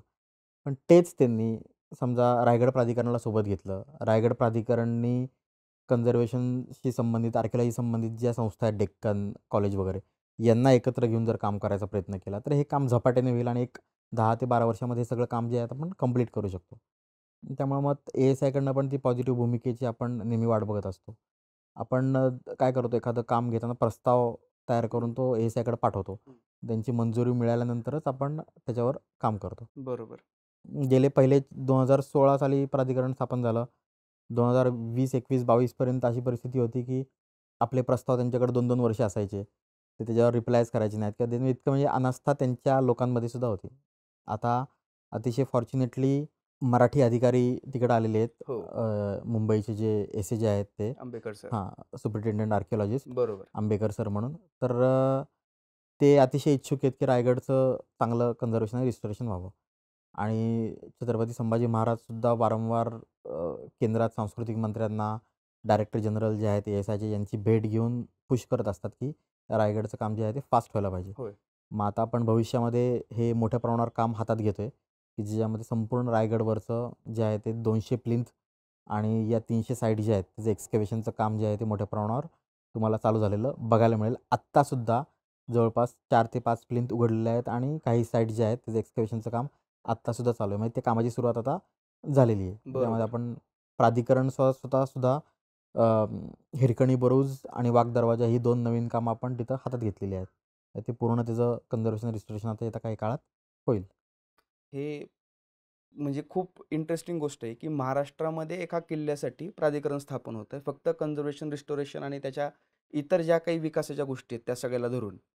तर ह्या प्राधिकरणाविषयी मी पण मध्यंतरी फेसबुकवर एक पोस्ट वाचली होती, तुम्हीच दाखवली होती की रायगड रोपवेचं तिकीट वाढवलं म्हणून सुद्धा प्राधिकरणाला लोकांनी दोष दिला होता की रायगड प्राधिकरण याच्यात लक्ष घालत नाही. मुळात तो विषय तो हा रोपवे प्राधिकरणचा पूर्ण झाला. प्रायव्हेट विषय आहे. येस. ठीक आहे, असो.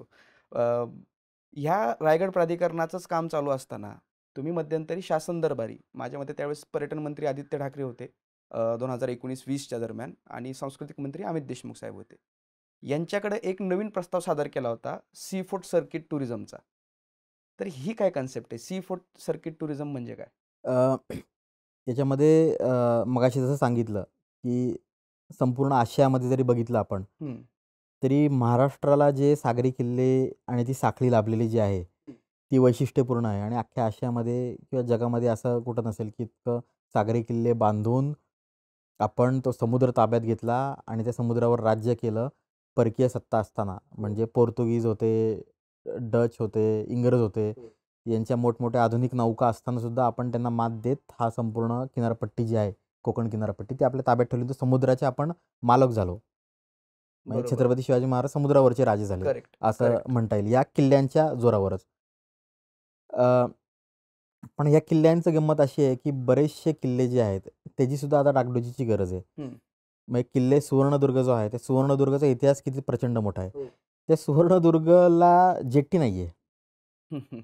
नाहीतर तुम्ही सुवर्णदुर्गला गेला तर छोट्या होडीतून जायला लागतं आणि तिथून तुम्हाला तो बिचारा जो नावाडी असतो, त्याने काय केलं असतं, एखादा दरवेळी स्पॉट शोधलेला असतो, उडी मारायला तुम्हाला. ती बोटीतनं उडी मारायची तिथं आणि तिथनं मग तुम्ही तो कडेला लावतो आणि तुम्ही पटकन बोटीतनं उतरायचं, तिथं उडी मारायची, जेट्टी नसल्यामुळं हो. आणि जाऊन किल्ला बघून 3 तासात परत यायचं. पद्मदुर्गची पण काय कंडिशन आहे? तीच पद्मदुर्गची कंडिशन पण आहे. तिथं जेट्टी नसल्यामुळं पर्यटन पण नाही. आणि जिथं जेट्टी जेट्टी आहे नसल्यामुळं शिवभक्त पण जाऊ शकत नाहीत. आणि जिथं जेट्टी आहे, सिंधुदुर्ग सारखा हो, किल्ला, हो. तिथं वेळेचं बंधन आहे. तिथं वेळेचं बंधन आहे. मग अशा गोष्टी आहेत. मग त्याच्यामध्ये ही संभाजी महाराजांच्या डोक्यातनं निघालेली कल्पना होती, की संभाजी महाराजांचंच त्या ठिकाणी ही कल्पना होती, की समुद्री किल्ले जे आहेत, ते बोटीच्या माध्यमातनं आपल्याला बघता येतील का? बरं. त्यामध्ये 2 कन्सेप्ट होत्या. एक तर मुंबईवरून निघायचं, हं. खांदेरी-उंदेरी करायचा, कुलाब्याचा किल्ला करायचा, हं. रायगडकडे यायचं, हं. आतमध्येपर्यंत जितकं येता येईल तिथं आणि तिथून मग शटल बसनी रायगडला यायचं, हं. राजधानी बघायची आणि तिथून परत शटलनी रिटर्न यायचं, बोटीत बसायचं आणि तिथून मग खाली सुवर्णदुर्ग, विजयदुर्ग, सिंधुदुर्ग असं करत हा 2 नाईट्स 3 डेजचा जो आहे तो प्रवास आपण हे एक सर्किट जे आहे ते आपण तयार करू शकतो का? बरं. त्यामध्ये 2 गोष्टी होत्या. एक तर पूर्ण आपण बोटीने प्रवास करू शकतो आणि हं. बोटीवरच राहू शकतो हं. किंवा रो पद्धतीने प्रवास करू शकतो. रो म्हणजे roll in and roll out पद्धतीच्या बोटी. बरोबर. Roll in roll out boat म्हणजे कसं, की तुम्ही अख्खी गाडीच बोटीमध्ये बोटीत नेऊ घालू शकता. शकता. खालच्या मजल्यावर गाड्या पार्क करतात आणि वरच्या 2-3 मजल्यांवर एका मजल्यावर तुम्ही बसू शकता. एका मजल्यावर कदाचित तुम्हाला राहता पण येईल. हं. असं ते आपण करू शकतो. तर roll in roll out system already कोकणामध्ये आहे. सुवर्णदुर्ग शिपिंग कंपनी नावाची एक आहे कंपनी. त्या रोल इन रोल आउट बोटी ज्या आहेत त्या स्थानिक लेव्हलच्या ट्रान्सफरसाठी हे सगळं यंत्रणा वापरतात. होय. रो-रो. होय. पण हे मोठ्या प्रमाणावर आपल्याला करायचं म्हणत होतं, की हे सगळे सागरी किल्ले जे आहेत हे एकमेकांना जोडून त्या माध्यमातून पर्यटनाला चालना मिळेल, हो. स्थानिक उद्योगांना चालना मिळेल आणि या गड किल्ल्यांवरचा फुटफॉल जो आहे तो वाढेल. बरोबर. आज गंमत अशी आहे की टुरिस्ट जे फॉरेनर जे आहेत ते गोव्यात राहतात आणि गोव्यात राहिल्यावर जेव्हा ते आसपासचे हेरिटेज कुठं-कुठं आहे, मॉन्युमेंट्स कुठं-कुठं आहेत जेव्हा बघतात, तेव्हा त्यांना असं वाटतं की अरे मी आरंबोलला आहे आता, तर आरंबोलपासून जवळ सिंधुदुर्ग किल्ला दिसतोय मला इथं. पण सिंधुदुर्गमध्ये इटसेल्फ जे राहण्याचं पूर्ण इन्फ्रास्ट्रक्चर जे आहे किंवा ज्या सगळ्या गोष्टी आहेत, त्या तिकडं तयार नसल्यामुळं हे फॉरेनर्स गोव्यामधनं सिंधुदुर्गला येतात. हं. सिंधुदुर्ग बघतात आणि परत रिटर्न गोव्यामध्ये जातात. मग एकतर त्यांना माहीत नाही आहे की सिंधुदुर्गमध्ये असं काही राहण्याच्या सोयी आहेत, नाही आहेत काही किंवा ती एक प्रकारे आपण त्याचं मार्केटिंग जे आहे ते व्यवस्थित केलेलं नाही आहे. केलेलं नाहीये. पण गोव्याचे किल्ले लोकं जी बघतात म्हणजे आग्वाद फोर्ट असेल किंवा राईस मागूस असेल, त्याच्यापेक्षा 10 पट चांगले किल्ले जे आहेत ते आपला सिंधुदुर्गचा किल्ला आहे, विजयदुर्गचा किल्ला आहे. बरोबर. पण त्या किल्ल्यांपर्यंत हे परदेशी पर्यटक पोहोचू शकत नाहीत. हो. कारण की शासनाचं प्रयत्न जे आहेत ते तिथं कुठेतरी कमी पडतात. त्यासाठी आपण ते सी फूड सर्किटची कल्पना आणलेली होती. तत्कालीन पर्यटन मंत्र्यांसमोर आपण ती मांडली. पण आता मी सांगितलं तसं परत गव्हर्नमेंट चेंज होत राहतात. आता गव्हर्नमेंट चेंज झालं, तर ते परत आता त्यामध्ये कुठली हालचाल दिसत नाही आहे. मग परत एकदा जाऊन आपल्याला ते पुश करावं लागेल. आता या सीफूड टुरिझममधून एक गोष्ट मला आठवली, की तुम्ही एक पोस्ट केली होती, की तुम्हाला त्यावेळेस जवळ-जवळ 250 वर्ष आधी जगातला जो सगळ्यात मोठा साखर सम्राट होता आणि समुद्री लुटारू किंवा पायरेट्स या कॅटेगरीमध्ये त्याचं नाव एकेकाळी जोडलं गेलं, तर त्याच्या वंशज तुम्हाला भेटल्या होत्या या वर्ल्ड युनेस्कोच्या प्रोसेसमध्ये असताना. तो काय किस्सा आहे आणि तो कोण होता? याच्यामध्ये काय आलं, की 2016 साली आपण ती मोहीम चालू केली. हं. त्याच्यामध्ये त्या डॉक्टर ज्या शिखा जैन होत्या, तर त्यांनी असं सांगितलं, की फोर्ट्रेस नावाची एक संस्था आहे लंडनमधली. लंडनमधली. हां, लंडनमधली. तर ते काय करतात, त्यांची अशी एक मोठी हेरिटेज काउन्सिल आहे. त्यामध्ये हाऊस ऑफ लॉर्ड्समधली काही लोकं आहेत, जगभरातले मोठमोठे ट्रेकर्स आहेत, इतिहास संशोधक आहेत आणि अशी वरची अशी एकदम भारी लोकांची ती अशी एक ऑर्गनायझेशन आहे आणि ते जगभरातनं एखादं ठिकाण निवडतात आणि तिथले किल्ले किंवा तिथले हिस्टॉरिकल मॉन्युमेंट्स बघायला ते जातात. बरं. त्यावेळी त्यांनी महाराष्ट्र निवडला होता. ओके. महाराष्ट्रामध्ये आपण त्यांना काय-काय दाखवायला पाहिजे? मग त्यांनी मला एक लिस्ट पाठवली होती, त्यांनी तयार केलेली. बरं. मग त्या लिस्टमधलं आपण बरीच काटछाट करून आपले गड-किल्ले जास्तीत जास्त त्यामध्ये ॲड केले. हं. मग ते महाराष्ट्राच्या त्या पूर्ण एक्सपिडिशनला ती फोर्ट्रेसची ती लोकं आलेली होती आणि त्याच्यामध्ये युनेस्कोचे बरेचसे इन्स्पेक्टर्स जे असतात, ते इन्स्पेक्ट मॉन्युमेंट करणारे जे असतात किंवा सर्वेयर्स असतात किंवा सुपरवायझर असतात, ते सुद्धा त्यामध्ये होते ज्येष्ठ लोकं. बरं. त्याच्यामध्ये सागरी किल्ले जे होते, ते करताना आम्ही त्यांच्यासोबत होतो. हं. म्हणजे पन्हाळा स्वतः संभाजी महाराजांनी दाखवला आणि सिंधुदुर्ग दाखवला त्यांनी आणि विजयदुर्ग आम्ही बघितला. तर त्याच्यामध्ये जेव्हा आम्ही सिंधुदुर्गला होतो, त्यावेळी त्या कमिटीमध्ये मार्गारेट उकहाट म्हणून एक वेल्स जो आहे इंग्लंड, स्कॉटलंड आणि वेल्स असा मिळून ग्रेट ब्रिटन बनतो. करेक्ट. तर वेल्सच्या त्या होत्या. वेल्सची वैशिष्ट्य वेल्समध्ये पण किल्ल्यासाठी फेमस आहे. हो. वेल्समध्ये एकट्या 600 पेक्षा जास्त किल्ले आणि गड्या आहेत. एवढूसा वेल्स आहे तो. पुणे एवढा पण वेल्स नाही. त्याच्यामध्ये 600 पेक्षा गड्या आणि किल्ले आहेत. काय? तर त्या वेल्समधनं त्या आलेल्या होत्या हां. आणि त्या स्वतः इतिहास अभ्यासक होत्या. भरपूर गड-किल्ले त्या फिरलेल्या होत्या जगभरातल्या. हं. त्यांच्याशी गप्पा मारत असताना मी ते समुद्राचं सगळं सांगितलं. कान्होजी आंग्रेंची मी स्टोरी सांगत होतो. मग त्या मला म्हणाल्या, "जसं इथं तुमच्या कान्होजी आंग्रेंनी ह्या सागरी किल्ल्यांना हाताशी धरून समुद्रावर सत्ता संपादन केली आणि इंग्रजांसारखा एवढा स्ट्राँग शत्रू, पोर्तुगीजांसारखा स्ट्राँग शत्रू असताना पण त्यांना हरवलं. हं. तसे म्हटले माझा पूर्वज होते एक, त्यांनी सुद्धा असं केलेलं होतं त्या काळामध्ये 17व्या शतकात. मी म्हटलं, "कोण आहे?" म्हटलं, "तुमचा पूर्वज?" ते म्हणाले, की "माझे पूर्वज हेनरी मॉर्गन होते." बरं. तेच हेनरी मॉर्गन जे सुरुवातीच्या काळात ब्रिटिश गव्हर्नमेंटबरोबर काम करत होते हं. आणि याच्यामध्ये कसं आहे, की 4 प्रकारचे लोक असतात हं. त्या काळामध्ये समुद्रात वावरत होते. हं. एक म्हणजे गव्हर्नमेंटच्या शिप्स ओके. बरोबर. आपलं शिवाजी महाराजांच्या नौदल असेल किंवा तुमचं ब्रिटिशांच्या मुघलांचं स्पॅनिश असेल. आरमार असेल, आर्माडा त्याचा जो काय असेल तो. दुसरं म्हणजे व्यापारी जहाजं, हो. अरबांची किंवा बाकीच्या या इंग्रजांची वगैरे सुद्धा. तिसरं म्हणजे प्रायव्हेटियर्स. प्रायव्हेटियर्स म्हणजे कोण? की समुद्री चाचे जे असायचे, त्यांचा बंदोबस्त करण्यासाठी किंवा व्यापारी जहाजं असायची किंवा गव्हर्नमेंटची जहाजं असायची त्यांना प्रोटेक्ट करण्यासाठी एक पूर्ण शस्त्रसज्ज लोकांचं एक लढाऊ शिप्स नौका लढाऊ ज्याला आपण नौका म्हणू असायच्या शकतो. प्रायव्हेटर असायचे. पण हे गव्हर्नमेंटच्या बाहेर जाऊन काम करायचे. गव्हर्नमेंटमधली नाही लोक, हे गव्हर्नमेंटच्या बाहेर राहून काम करायचे. त्यांना गव्हर्नमेंट जे आहे त्यांना सांभाळण्यासाठी गव्हर्नमेंट पैसे द्यायची मेंटेनन्ससाठी. असा तो प्रकार ते प्रायव्हेटर. आणि चौथी गोष्ट म्हणजे पायरेट्स. पायरेट्स म्हणजे समुद्रावर चाचेगिरी करून दुसऱ्यांच्या बोटी लुटायच्या, हे करायचं असं. तर हेनरी मॉर्गनने त्या करिअरची सुरुवात प्रायव्हेटर म्हणून केली. बरं.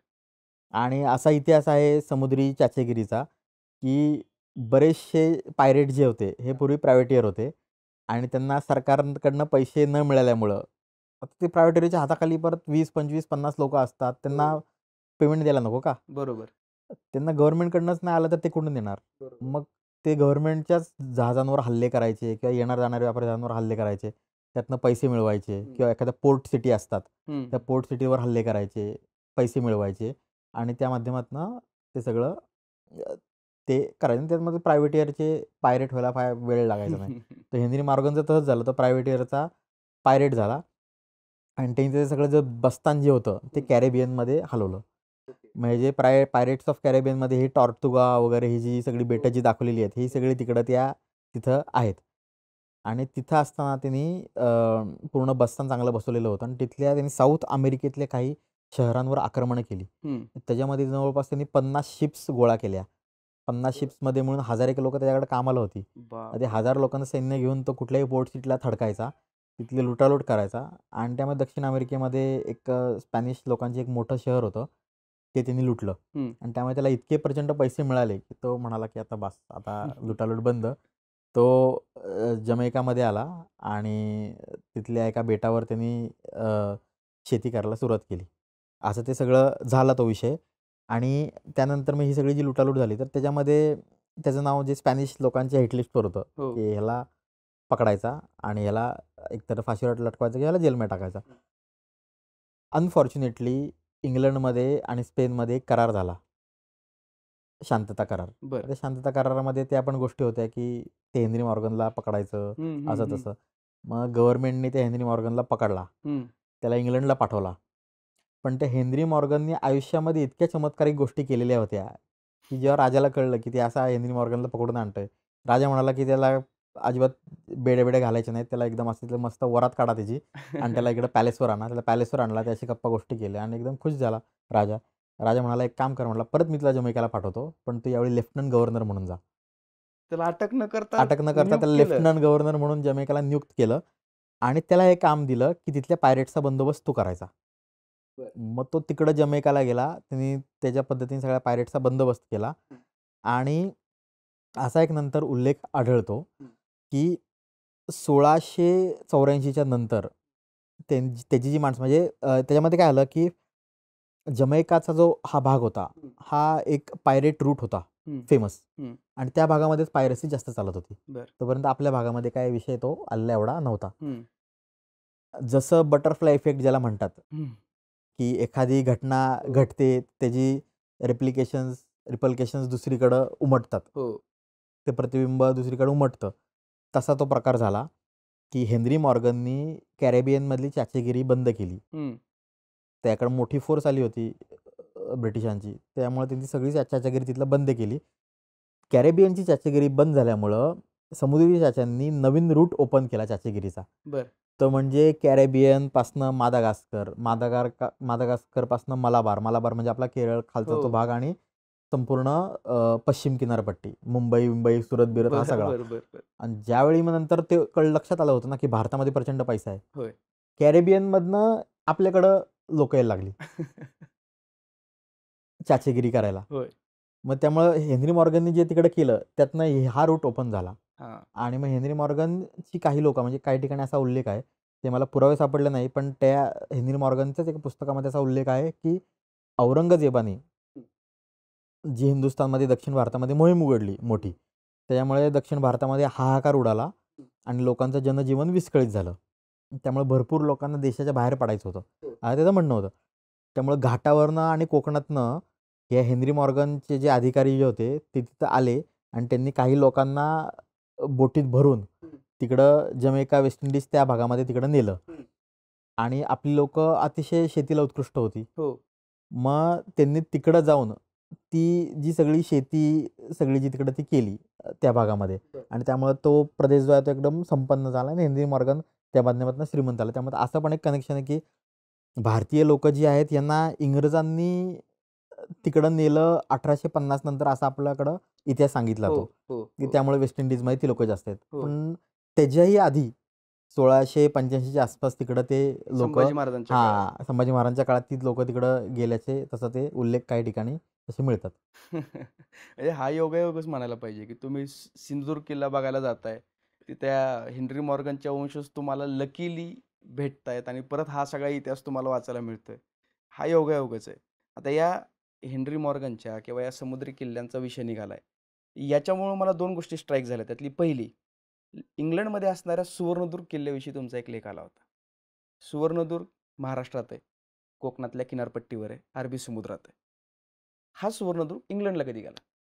हा सुवर्णदुर्गचा विषय असा होता, की अ, 1756 साली हं, दुर्दैवाने मराठ्यांचं आरमार बुडालं, हं, की पेशव्यांमध्ये आणि आंग्र्यांमध्ये जो संघर्ष झाला, हं. त्याच्यामध्ये सुवर्णदुर्गाला मुख्य जो आहे तो संघर्ष झालेला होता. आणि त्याच्यामध्ये हा जो वॉटसन जो होता, हं, त्यांचा अधिकारी, इंग्रज अधिकारी किंवा ॲडमिरल किंवा जो काही असेल तो, तर त्याचा आणि सुवर्णदुर्गाचा तो तिथं पहिल्यांदा संपर्क आला. हं. आणि पेशव्यांच्या मदतीने त्यांनी आपलं ते आरमार बुडवलं, सुवर्णदुर्ग ताब्यात घेतला आणि त्याच्या आयुष्यातलं ही सगळ्यात मोठी कामगिरी होती त्यांनी केलेली. आपलं मराठ्यांचा आरमार बुडवणं. मराठ्यांचं आरमार बुडवणं. कारण की मराठ्यांच्या आरमारामुळं खूप मोठं नुकसान जे आहे, हं. हे इंग्रजांना झालेलं होतं, गोव्याच्या पोर्तुगीजांना झालेलं होतं, मुंबईकरांना म्हणजे हो. मुंबईतल्या इंग्रजांना झालेलं होतं. आणि त्याच्यामुळं त्याचा हार तुरे सत्कार जो आहे, हा मोठ्या प्रमाणावर तिकडं इंग्लंडमध्ये झाला. त्याला बॅरोनेट नावाची पदवी मिळाली. बरं.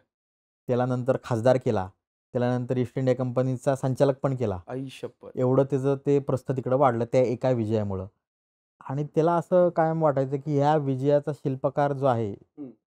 तो सुवर्णदुर्ग किल्ला आहे. तो म्हणाला, की मला हा सुवर्णदुर्ग किल्ला लंडनमध्ये बांधायचा आहे. अच्छा. त्यांनी त्या किल्ल्याचं काम जे आहे, किल्ला म्हणजे तेवढा मोठा किल्ला बांधता शक्य नव्हतं. त्यांनी काही समुद्रात तो बांधू शकत कॅसल. नव्हता. लंडनच्या पासनं एक 20-25 किलोमीटरवर हं. त्यांनी स्वतःच्या ज्या जागेमध्ये ते तिथं किल्ल्याचं काम जे आहे, तिथं त्यांनी ते चालू केलं. म्हणजे एक 4-5 मजली अशी उंच इमारत आहे दगडी. बरं. उभा पॅलेसच म्हणायला पाहिजे, 5 मजली पॅलेस. तर असा एक छोटा पॅलेस तो त्यांनी उभारणीचं तिथं काम चालू केलं. त्याला सेव्हर्नड्रुग म्हणून त्याला उच्चार जमत नव्हता. सेव्हनड्रुग म्हणून त्यांनी ते अजून सर्च केलं तरी तुम्हाला ते लंडनमध्ये दिसेल, सेव्हनड्रुग कॅसल. सेव्हनड्रुग तो कॅसल. कॅसल त्यांनी तिकडं उभा केला. ते उभा करत असताना तो वारला. तर मग त्याच्या बायकोनी नंतर मग ते काम पूर्ण केलं आणि तो कॅसल पूर्ण करून घेतला. मग अशा प्रकारे आपला सुवर्णदुर्ग तिकडं लंडनमध्ये अशा प्रकारे शिफ्ट झाला. कारण ते युद्धाचं त्याला खूप अप्रूप होतं आणि त्याच्यामुळे त्याची भरभराट झाली असं त्याचं म्हणणं होतं. आता हा झाला पहिला प्रश्न आणि दुसरा याच हेनरी मॉर्गनच्या एका विधानाशी आणि याच्याशी संबंधित आहे सुवर्णदुर्गशी, की मुंबई आणि मुंबईकर इंग्रज यांचा उदय किंवा मुंबई हे व्यापारी केंद्र म्हणून उदयासनाचा जो कालखंड आहे तो छत्रपती शिवाजी महाराजांच्या काळातला आहे किंबहुना दुसऱ्या सुरतेच्या स्वारीच्या नंतरचा आहे. मुंबईची निर्मितीस महाराष्ट्रातली लोक कारणीभूत आहेत. मुंबईची स्थापना मराठी लोकांनी केली हे आपण वाचतो.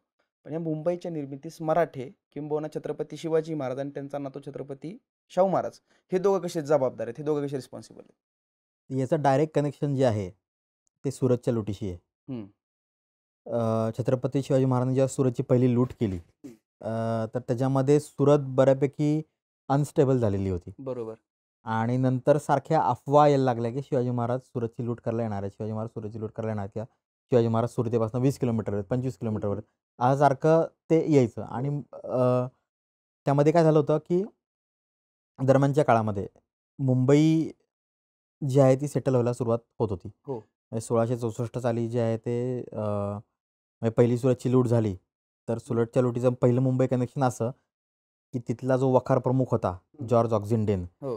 त्यांनी त्यामध्ये सगळ्यात कमी पैसे जर कोणी दिले असतील शिवाजी महाराजांना तर इंग्रज वखारवाल्यांनी दिले होते. आणि त्यांचं कमी नुकसान सगळ्यात त्यांचं झालं. ओके. मग त्याचं कमी नुकसान झाल्यामुळं जॉर्ज ऑक्झिंडेन यांचा सत्कार मोगलांनी पण केला आणि त्या स्वतःच्या सरकारने पण केला. बरं.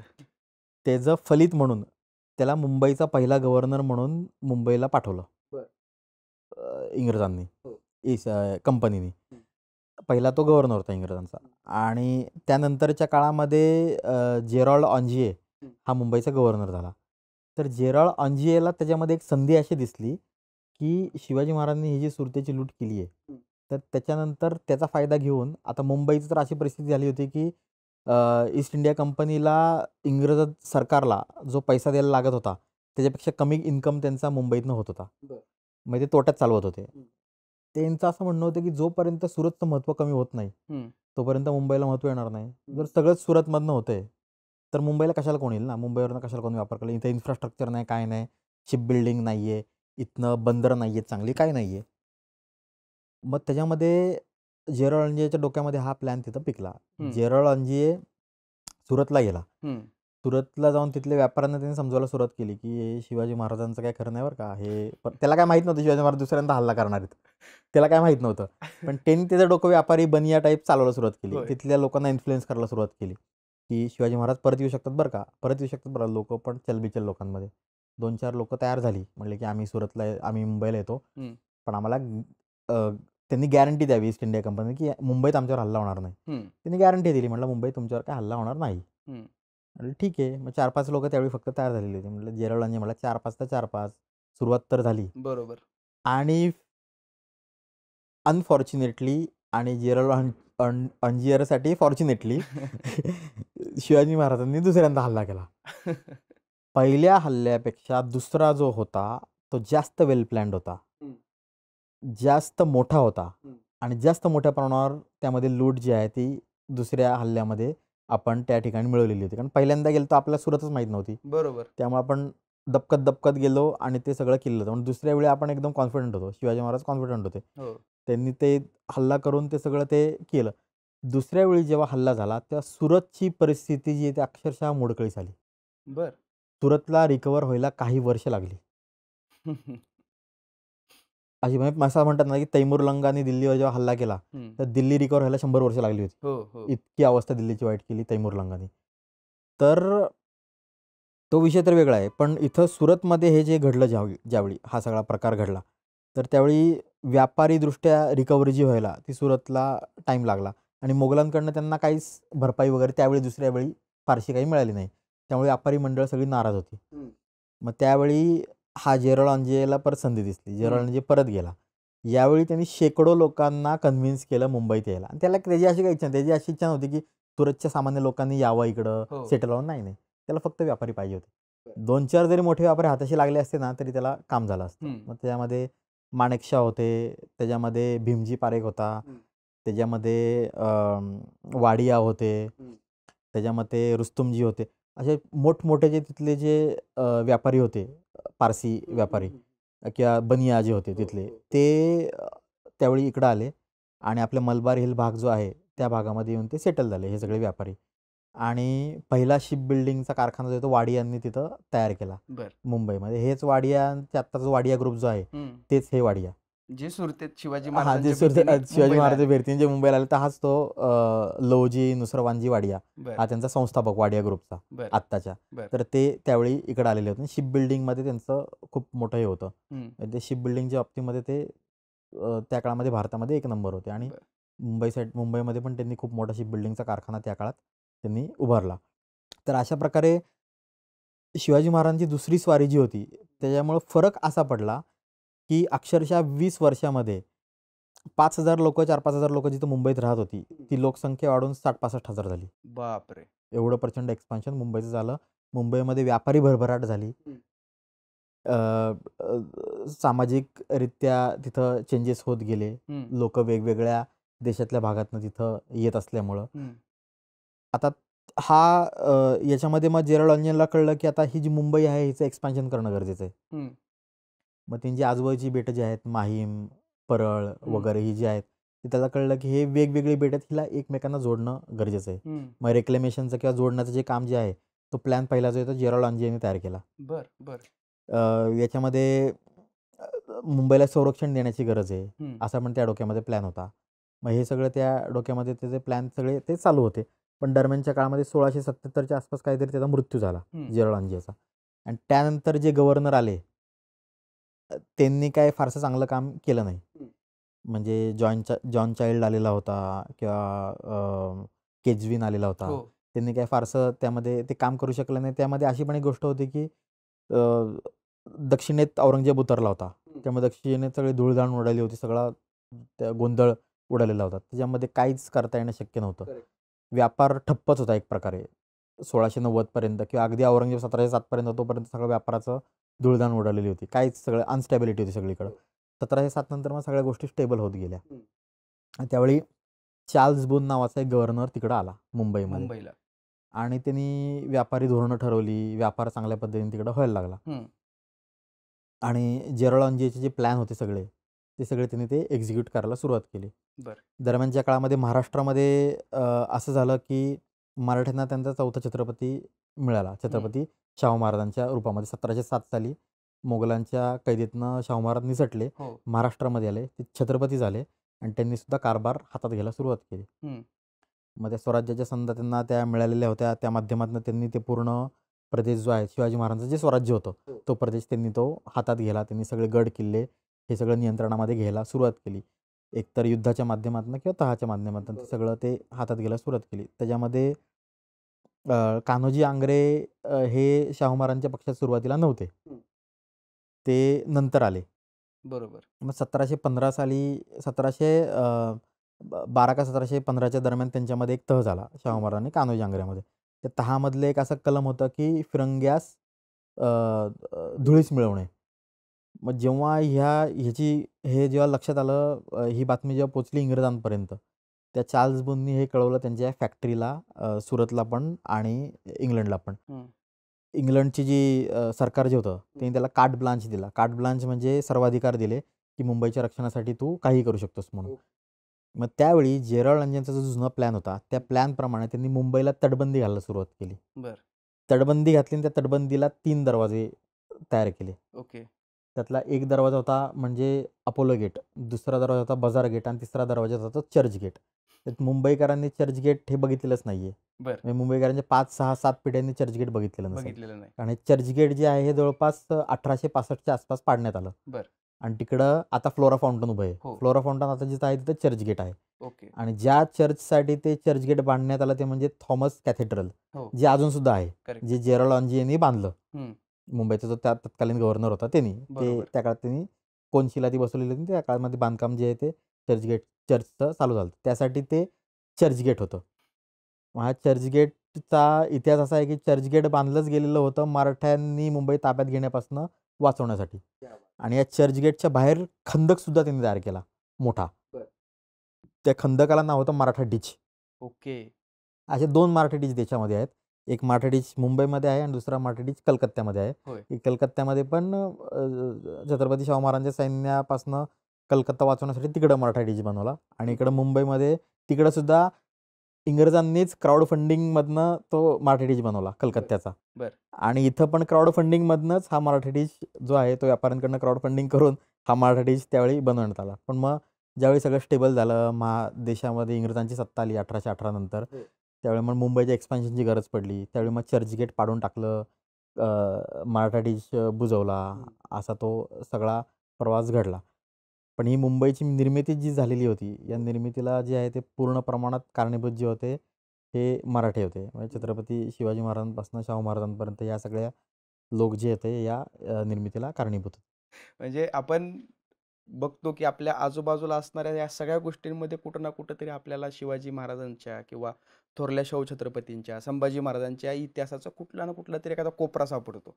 100% 100%. कारण की लोक म्हणतात की मुंबईपर्यंत मराठे आले नव्हते किंवा मुंबईवर मराठ्यांनी आक्रमण नाही केलं. पण 1737 तर 1739चं जे सगळं ते वसईचं जे युद्धाचा जो विषय झाला, हो तर त्यावेळी तो आपला बासेन आणि तो सगळा भाग जो आपण ठाण्यापासून खाली जो आपण काबीज करत आलेलो होतो, हो तर बांद्र्याचं जे चर्च आहे हम्म. तिथपर्यंत आपण आलेलो होतो. तर बांद्र्याचं चर्च माझ्या मते मुंबईतल्या सगळ्या जुन्या वास्तूंपैकी एक आहे. 1550चं काहीतरी ते चर्च जे आहे, हो. इतकं जुनं ते चर्च आहे. होय. तर त्या चर्चपर्यंत आपण आलेलो होतो.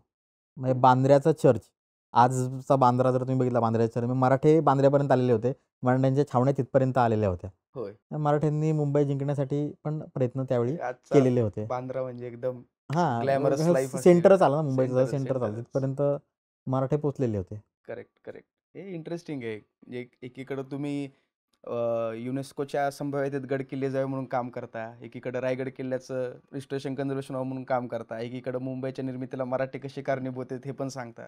तुमचा इतिहासाचा व्याप किंवा अवलोकन फार मोठा आहे.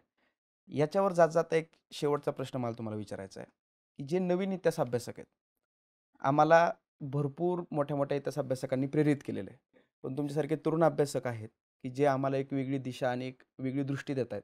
तर या नवीन अभ्यासकांना तुम्ही काय सांगाल, की आत्ता या इतिहास संशोधन क्षेत्रामध्ये काय करण्याची गरज आहे? कुठल्या पद्धतीने काम करण्याची गरज आहे? खरं तर इतिहासाचं संशोधन करत असताना पूर्वीचे जे इतिहास अभ्यासक होते, त्यांच्या समोरचा मार्ग एकदम खडतर होता. होय.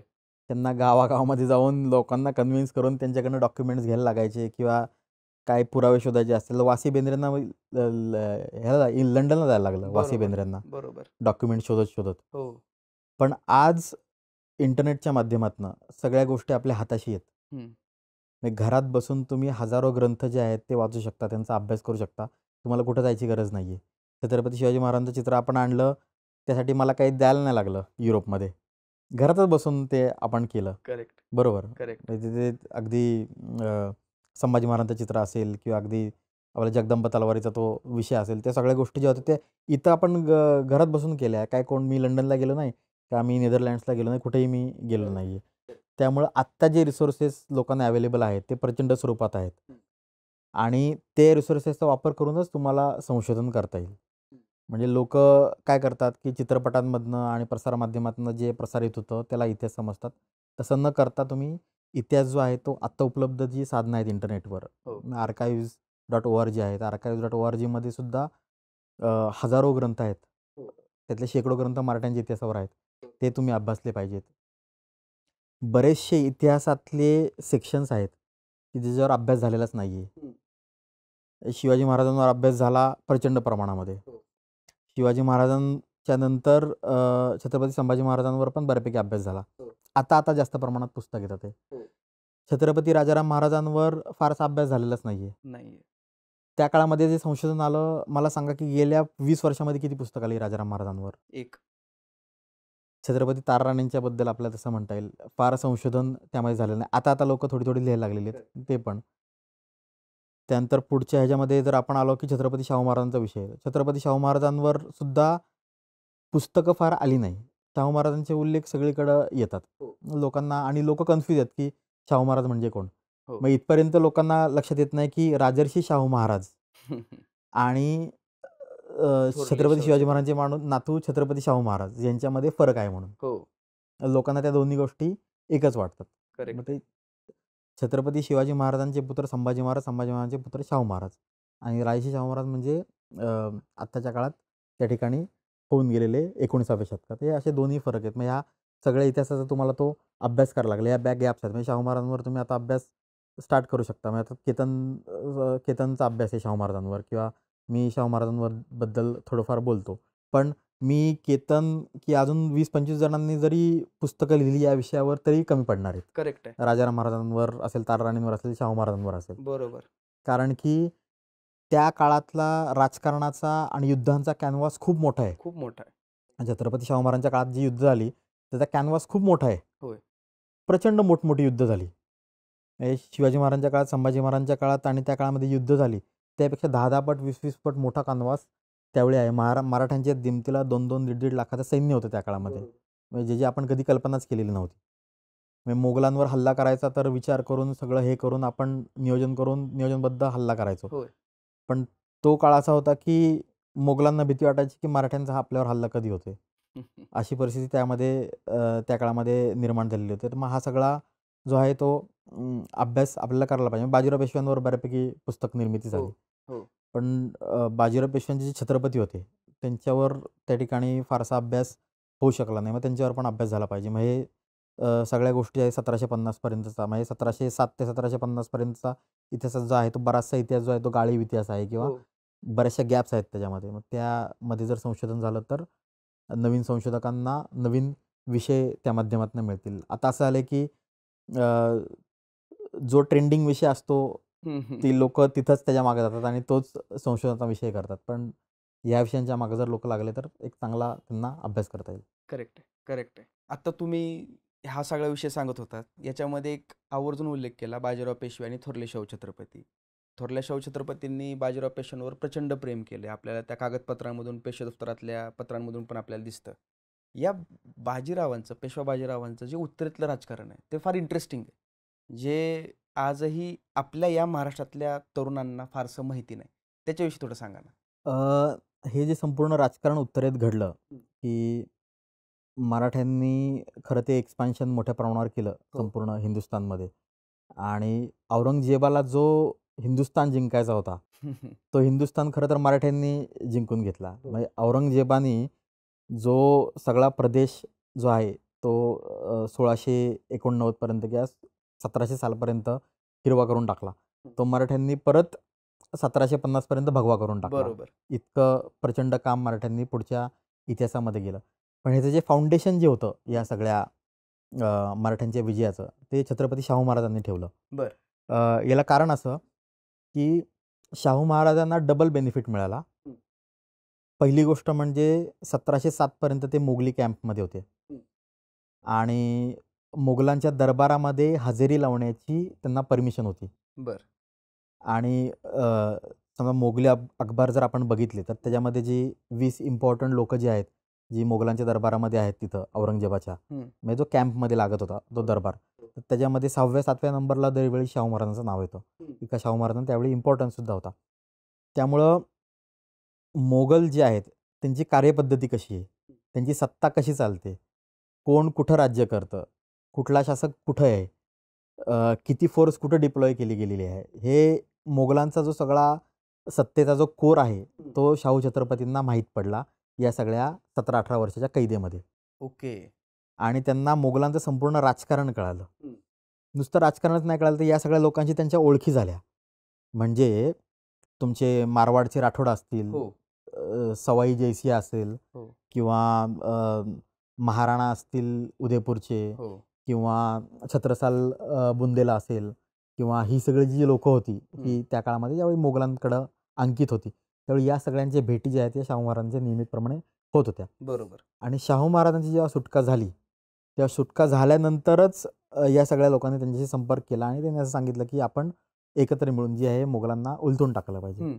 पण हे आपल्याला करता येत नव्हतं कारण छत्रपती शिवाजी महाराजांच्या पत्नी सकवाराबाई साहेब असतील किंवा संभाजी महाराजांच्या पत्नी येसुबाई राणीसाहेब असतील या मोगलांच्या कैदेमध्ये होत्या आणि त्यामुळे मग आपल्याला ती ॲडव्हान्स जो आहे तो एवढा करता येत नव्हता.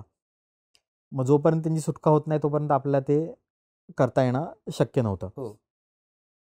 आणि ज्यावेळी या सगळ्या लोकांची सुटका झाली म्हणजे 1719चा प्रसंग आता मी सांगणार नाही कारण की त्यासाठी एक वेगळा पॉडकास्ट लागेल. ते पूर्ण मोठं राजकारण होतं आणि हे सगळं उत्तरेतनं घडलेलं होतं. म्हणजे आता सांगताना मी एवढं सांगेल की मराठा इतिहासकारांनी किंवा आपल्या मराठी इतिहासकारांनी ज्या गोष्टी रंगवून सांगितल्या की स्वराज्याच्या सनदा आणि सरदेशमुख आणण्यासाठी मराठ्यांनी सैन्य दिल्लीला पाठवलं आणि तिथल्या बादशाहकडनं त्या सनदा आणल्या तर हे सगळं तसं थोतांडे किंवा एक्झॅगरेटेड आहे.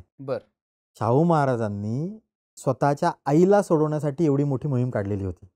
त्याच्यामध्ये स्वराज्याच्या सनदा सरदेशमुखांचा काही संबंध नाही आहे. त्या सरदेशमुखाच्या सनदा त्यांना साताऱ्यात असतानाच मिळालेल्या होत्या. 1708 सालीच नाही 1708 साली मिळाल्या. त्यानंतर बहादूरशाह मेल्यानंतर दुसरा बादशाह आला त्यावेळी पण त्या मिळाल्या. जहांगीर शाह ना त्यावेळी पण मिळालेल्या होत्या. फारुख सिर आला तेव्हा पण अंशतः मान्यता मिळालेली होती. शाहू मराठा सैन्य पाठवणार त्यामुळे घाबरून सुद्धा त्यांनी तोंडी मान्यता दिली होती की ह्यांना करा म्हणून. मग ते हुसेन अलीनी ते ऑलरेडी सनदा आणि ते सगळं ते करून दिलेलं होतं ना.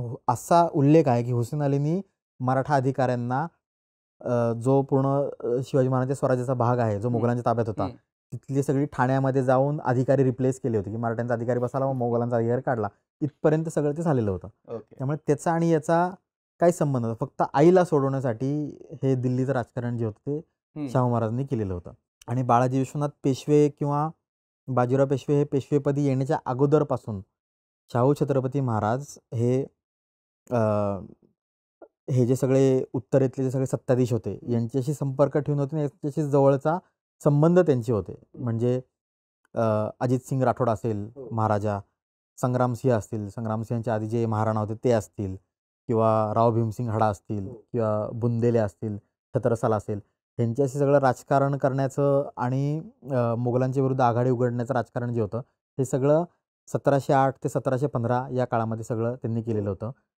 आणि ज्यावेळी 1719 साली येसूबाईंची सुटका झाली मोगलांच्या कैदेतनं, आणि ज्यावेळी त्या महाराष्ट्रामध्ये परत आल्या त्यावेळी आपल्यावरचं सगळं बर्डन गेलं, बरोबर.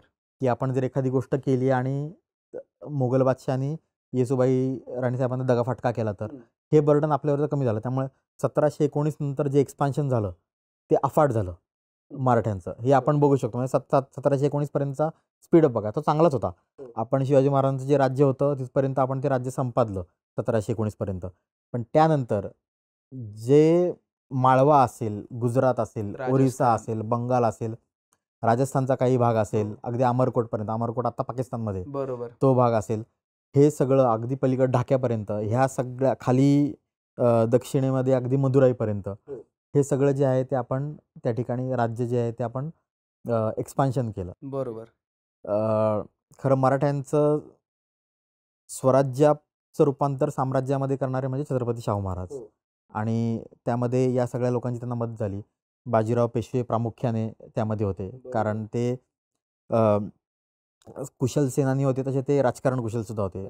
त्याबरोबर कान्होजी आंग्रे होते, ज्यांनी एक वेगळं जग त्यांचं तयार केलं आणि मराठ्यांची एक वेगळी सत्ता, म्हणजे जमिनीवरची सत्ता होतीच, पाण्यावरची सत्ता प्रस्थापित केली. रघुजी आंग्रे होते, खंडेराव दाभाडे होते, बडोद्यामध्ये गायकवाड होते, शिंदे होळकर होते, दक्षिणेमध्ये त्या ठिकाणी घोरपडे होते. नंतरच्या काळामध्ये त्यांची जी संस्थान निर्माण झाली, किंवा अगदी भोसले होते, जे सावत्रभाऊ जे होते, रास्ते पटवर्धन. रास्ते पटवर्धन, ही सगळी सरदार मंडळी होती. आणि ह्या सगळा भाग जो आहे तो मराठ्यांनी यांच्या मदतीने जिंकला. आणि हे मराठ्यांचं जे एक्सपान्शन जे झालं हे शाहू महाराजांच्या राजकारणामुळे झालं, की त्यांचा तो एक जो होता. आणि बरेच लोक त्या ठिकाणी एक गोष्टीचा वाद नेहमी उकरून काढतात, की बाजीराव पेशव्यांना दिल्ली जिंकायची होती आणि शाहू महाराजांनी त्यांना अडवलं दिल्ली जिंकण्यापासून. तर मी जसं म्हटलं की राजकारण जे होतं मोगलांचं ते शाहू महाराजांना जास्त कळत होतं बाजीराव पेशव्यांपेक्षा. बरोबर. आणि त्यांना ही गोष्ट कळलेली आहे. म्हणजे ह्या गोष्टीचे पुरावे तुम्हाला वेळोवेळी मिळतात. दिल्लीमध्ये, आता केतन तो अभ्यास केलाय, दिल्लीमध्ये मोगल बादशाला वाचवण्यासाठी किती दंगली झाल्या आतापर्यंत? 1857चा उठाव हा बहादूरशाह जफरला गादीवर बसवण्यासाठीच झालेला आहे. त्यानंतर तो उठाव पण मोडीत निघाला. बरोबर, इतक्या दंगली तिकडे झाल्या. म्हणजे दिल्लीमध्ये राहणारी लोक जी होती ही तैमूरचं जे रक्त होतं त्याच्याशिवाय कुणालाही मानत नव्हती. करेक्ट आहे. त्यामुळे दिल्लीमध्ये जाऊन मराठा छत्रपती होऊन बसणं हे शक्य नव्हतं. त्यापेक्षा दिल्लीचा मोगल बादशाह मराठ्यांच्या अंकित करायचा आणि साताऱ्यातनं संपूर्ण हिंदुस्थान चालवायचा, ती जास्त सोपी गोष्ट होती. करेक्ट आहे. कारण की तिथं जर एखादा मराठा छत्रपती बसवला असता तर त्यावेळी राठोड जे होते राजपुतानातले, किंवा महाराणा जे होते उदयपूरचे, हे सुद्धा इच्छुक होते. जाट लोक सुद्धा इच्छुक होते दिल्ली काबीज करण्यासाठी. मिर्झा राजा जयसिंह किंवा जयसिंहाची फॅमिली तर 200 वर्ष वाट बघत होती कधी आपल्याला दिल्लीची सत्ता मिळते. खरं आहे. पण हे लोक दिल्लीपासून 100, 200, 300 किलोमीटरवर होते. यांच्याकडं आपल्या मिर्झा राजाकडं तर 1.5 लाखाची फौज दिमतीला होती. तरी सुद्धा त्यांनी दिल्लीमध्ये जाऊन स्वतः राजा होण्याचं स्वप्न बघितलं नाही. बरोबर. कारण दिल्ली आणि आसपासचा जो परिसर होता तर त्या लोकांची जी सायकोलॉजिकल जी स्थिती होती ना ती तशीच होती, की तैमूरचं रक्तालाच बादशाह म्हणून आम्ही तिथं स्वीकारणार. त्यामुळे बादशाह जो आहे, आणि इंग्रजांनी पण नंतर प्रयत्न केले नाहीत तिथं की ते दिल्लीतला बादशाह बदलण्याचे. सगळ्या भारतामध्ये सत्ता इंग्रजांची आली, मराठ्यांची अख्ख्या भारतामध्ये सत्ता आली, पण त्यांनी ते केलं नाही. पण बाजीराव पेशव्यांना असं वाटलं की आपण ते जाऊन तिथं उखडून ते करू शकतो. पण त्यापेक्षा शाहू महाराजांचं राजकारण हे योग्य होतं की दिल्लीमध्ये तिथंच बादशाह बसवायचा, पण तो पपेट असला पाहिजे, तो टिट्युलर असला पाहिजे, आणि खरं राज्य जे आहे साताऱ्यातनं आपण जे चालवू शकतो. जे झालं आणि नंतरच्या काळामध्ये तेच धोरण जे आहे ते नंतरच्या पेशव्यांनी अंगीकारलं. मराठ्यांनी जे केलं 1750 पर्यंत बाजीराव पेशव्यांनी, बाकीच्या सरदारांनी छत्रपती शाहू महाराजांच्या नेतृत्वाखाली, तर त्या राजकारणामध्ये एथिक्स होते. त्याच्यामध्ये काय म्हणतात, एक प्रकारचं त्यांनी तत्व होतं. तत्व होती. ती तत्व नंतरच्या काळामध्ये कुठेतरी हरवली गेली नानासाहेब पेशव्यांच्या काळामध्ये. म्हणजे ज्या लोकांनी आपल्याला सपोर्ट केला होता जुन्या काळामध्ये, त्या लोकांशी तुम्ही चांगलंच वागलं पाहिजे, असं शाहू महाराजांचं धोरण होतं. त्यामुळे राजस्थानमध्ये, माळव्यामध्ये काही ठिकाणी मोठ्या प्रमाणावर चौथ थकलेली होती. ती आपण वसूल केलेली नव्हती. हे आपल्याला माहिती होतं आपण वसूल केलेली नाही आहे. त्यामुळे मराठ्यांवर कर्ज पण झालेली होती. होय. पण त्या झालेल्या कर्जांपेक्षा किंवा चौथ वसुली न होण्यापेक्षा ही लोकं आपल्यासोबत आहेत आणि आज आपण हिंदुस्थानचे मालक आहोत. या सगळ्या गोष्टींमुळं. ही गोष्ट जास्त महत्त्वाची होती. बरोबर. का पैसा महत्त्वाचा होता? नाही. बरोबर. सत्ता जास्त महत्त्वाची सत्ता होती. महत्त्वाची. पैसा सत्तेला जोडून पैसा येतो. हं. तर नंतर कधीतरी आलेलाच होता. पण नंतरच्या काळामध्ये हे धोरण कुठेतरी शाहू महाराजांचं, बाजीराव पेशव्यांचं विसरलं गेलं हं. आणि नानासाहेब पेशव्यांनी मोठ्या प्रमाणावर आघाड्या त्या ठिकाणी केल्या. नानासाहेब पेशव्यांनी नंतर जी युद्ध केली त्यामध्ये सगळ्याच युद्धांमध्ये त्यांना जवळपास यश मिळत गेलं. कारण त्यांना जे हातात मिळालेलं होतं ते सगळं वेल ट्रेंड आर्मी मिळालेली होती करेक्ट. आणि अतिशय कॉन्फिडंट आर्मी मिळाली होती, ज्यांनी कधी पराभव बघितलेला नव्हता. बरोबर. जे शाहू छत्रपती महाराजांचं जे आणि बाजीराव पेशव्यांचं जे सगळं सैन्य त्यांना जे मिळालं, हे सगळं वेल ट्रेंड आर्मी त्यांना मिळालेली होती, ज्यांनी कधी पराभव बघितलेला नव्हता. त्यामुळे तिथं नेतृत्व नानासाहेबांनी केलं असतं काय, किंवा दुसऱ्या कोणी केलं असतं काय, तिथं त्यांना विजय मिळणारच होता. बरोबर. पण त्या विजयाचा उन्माद नंतरच्या काळामध्ये घडला. जयपूरमध्ये जी नंतरच्या काळामध्ये दंगल घडून आली किंवा मारवाडमध्ये गेलो आपण किंवा अगदी महाराणा उदयपूरच्या यांच्याकडनं आपण युद्ध करून किंवा जबरदस्तीने चौथ वसुली आपण करून घेतली. त्यामुळे मराठ्यांची जी आहे ती क्रेडिटॅबिलिटी नानासाहेब पेशव्यांमुळं कमी झाली. आपण यश जरी पुढं मिळवत गेलो तरी आपलं नाव जे आहे, जे छत्रपतींच्या काळामध्ये होतं ते थोडंसं खराब झालं, जे वृद्धिंगत व्हायला पाहिजे होतं. पानिपत नंतर आपण परत ते नाव मिळवलं, दिल्लीची सत्ता हे करून आणि काही वर्ष आपण इंग्रजांना अटकाव त्यामध्ये केला, काही दशकं. इंग्रज जे लेट आले भारतामध्ये 3-4 दशकं, ते मराठ्यांमुळे आले. करेक्ट आहे. त्यामुळे ते नंतर शिंद्यांनी नंतर ते होळकरांनी ते नंतरच्या काळामध्ये केलं. इंटरेस्टिंग आहे. आता हे काय आहे, माझ्यावर वेळेची बंधन आहेत आणि आपल्या रोजच्या गप्पा आहेत. आपण रोज सकाळी भेटून इतिहासावर ज्या काही गप्पा मारतो, तर फक्त त्याच गप्पा मला या प्लॅटफॉर्मच्या माध्यमातून लोकांसमोर मांडायच्या होत्या. म्हणून हा हट्ट होता आजचा. आणि जरी मला वाटत असलं की आपल्याला आणखीन बऱ्याच विषयावर बोलता येईल, तरीसुद्धा आज या वेळेच्या बंधनामुळे आपल्याला थांबावं लागेल. नक्की. पण तुम्ही मागील कित्येक वर्षांपासून मराठ्यांच्या इतिहासाचा जगभरामध्ये मागोवा घेताय, जगभरात पसरलेल्या पाऊलखुणा शोधताय. छत्रपती शिवाजी महाराजांचे अस्सल चित्र तुम्ही भारतामध्ये परत मिळवली. लंडन गॅझेटची अस्सल प्रत तुम्ही मिळवली. रायगड विकास प्राधिकरणाच्या माध्यमातून तुम्ही राजधानीचा विकास करण्यासाठी प्रयत्न करताय. छत्रपती संभाजी महाराजांच्या सोबत तुम्ही ह्या सगळ्या गोष्टी पूर्ण करताय. आणि निश्चितच एक मित्र म्हणून आणि तुमचा सहकारी म्हणून मला तुमचा अभिमान आहे. छत्रपती शिवाजी महाराज, छत्रपती संभाजी महाराज यांच्यासोबत थोरल्या शाहू छत्रपतींची जाज्वल्य कारकीर्द लोकांना समजावण्यासाठी लवकरात लवकर तुम्ही पुस्तक लिहावं, अशी माझी विनंती आहे. तर तुम्ही ती विनंती नक्कीच मान्य कराल. आज तुम्ही वेळात वेळ काढून या इतिहास कट्ट्याला आलात, त्याबद्दल धन्यवाद. थँक्यू. धन्यवाद केतन.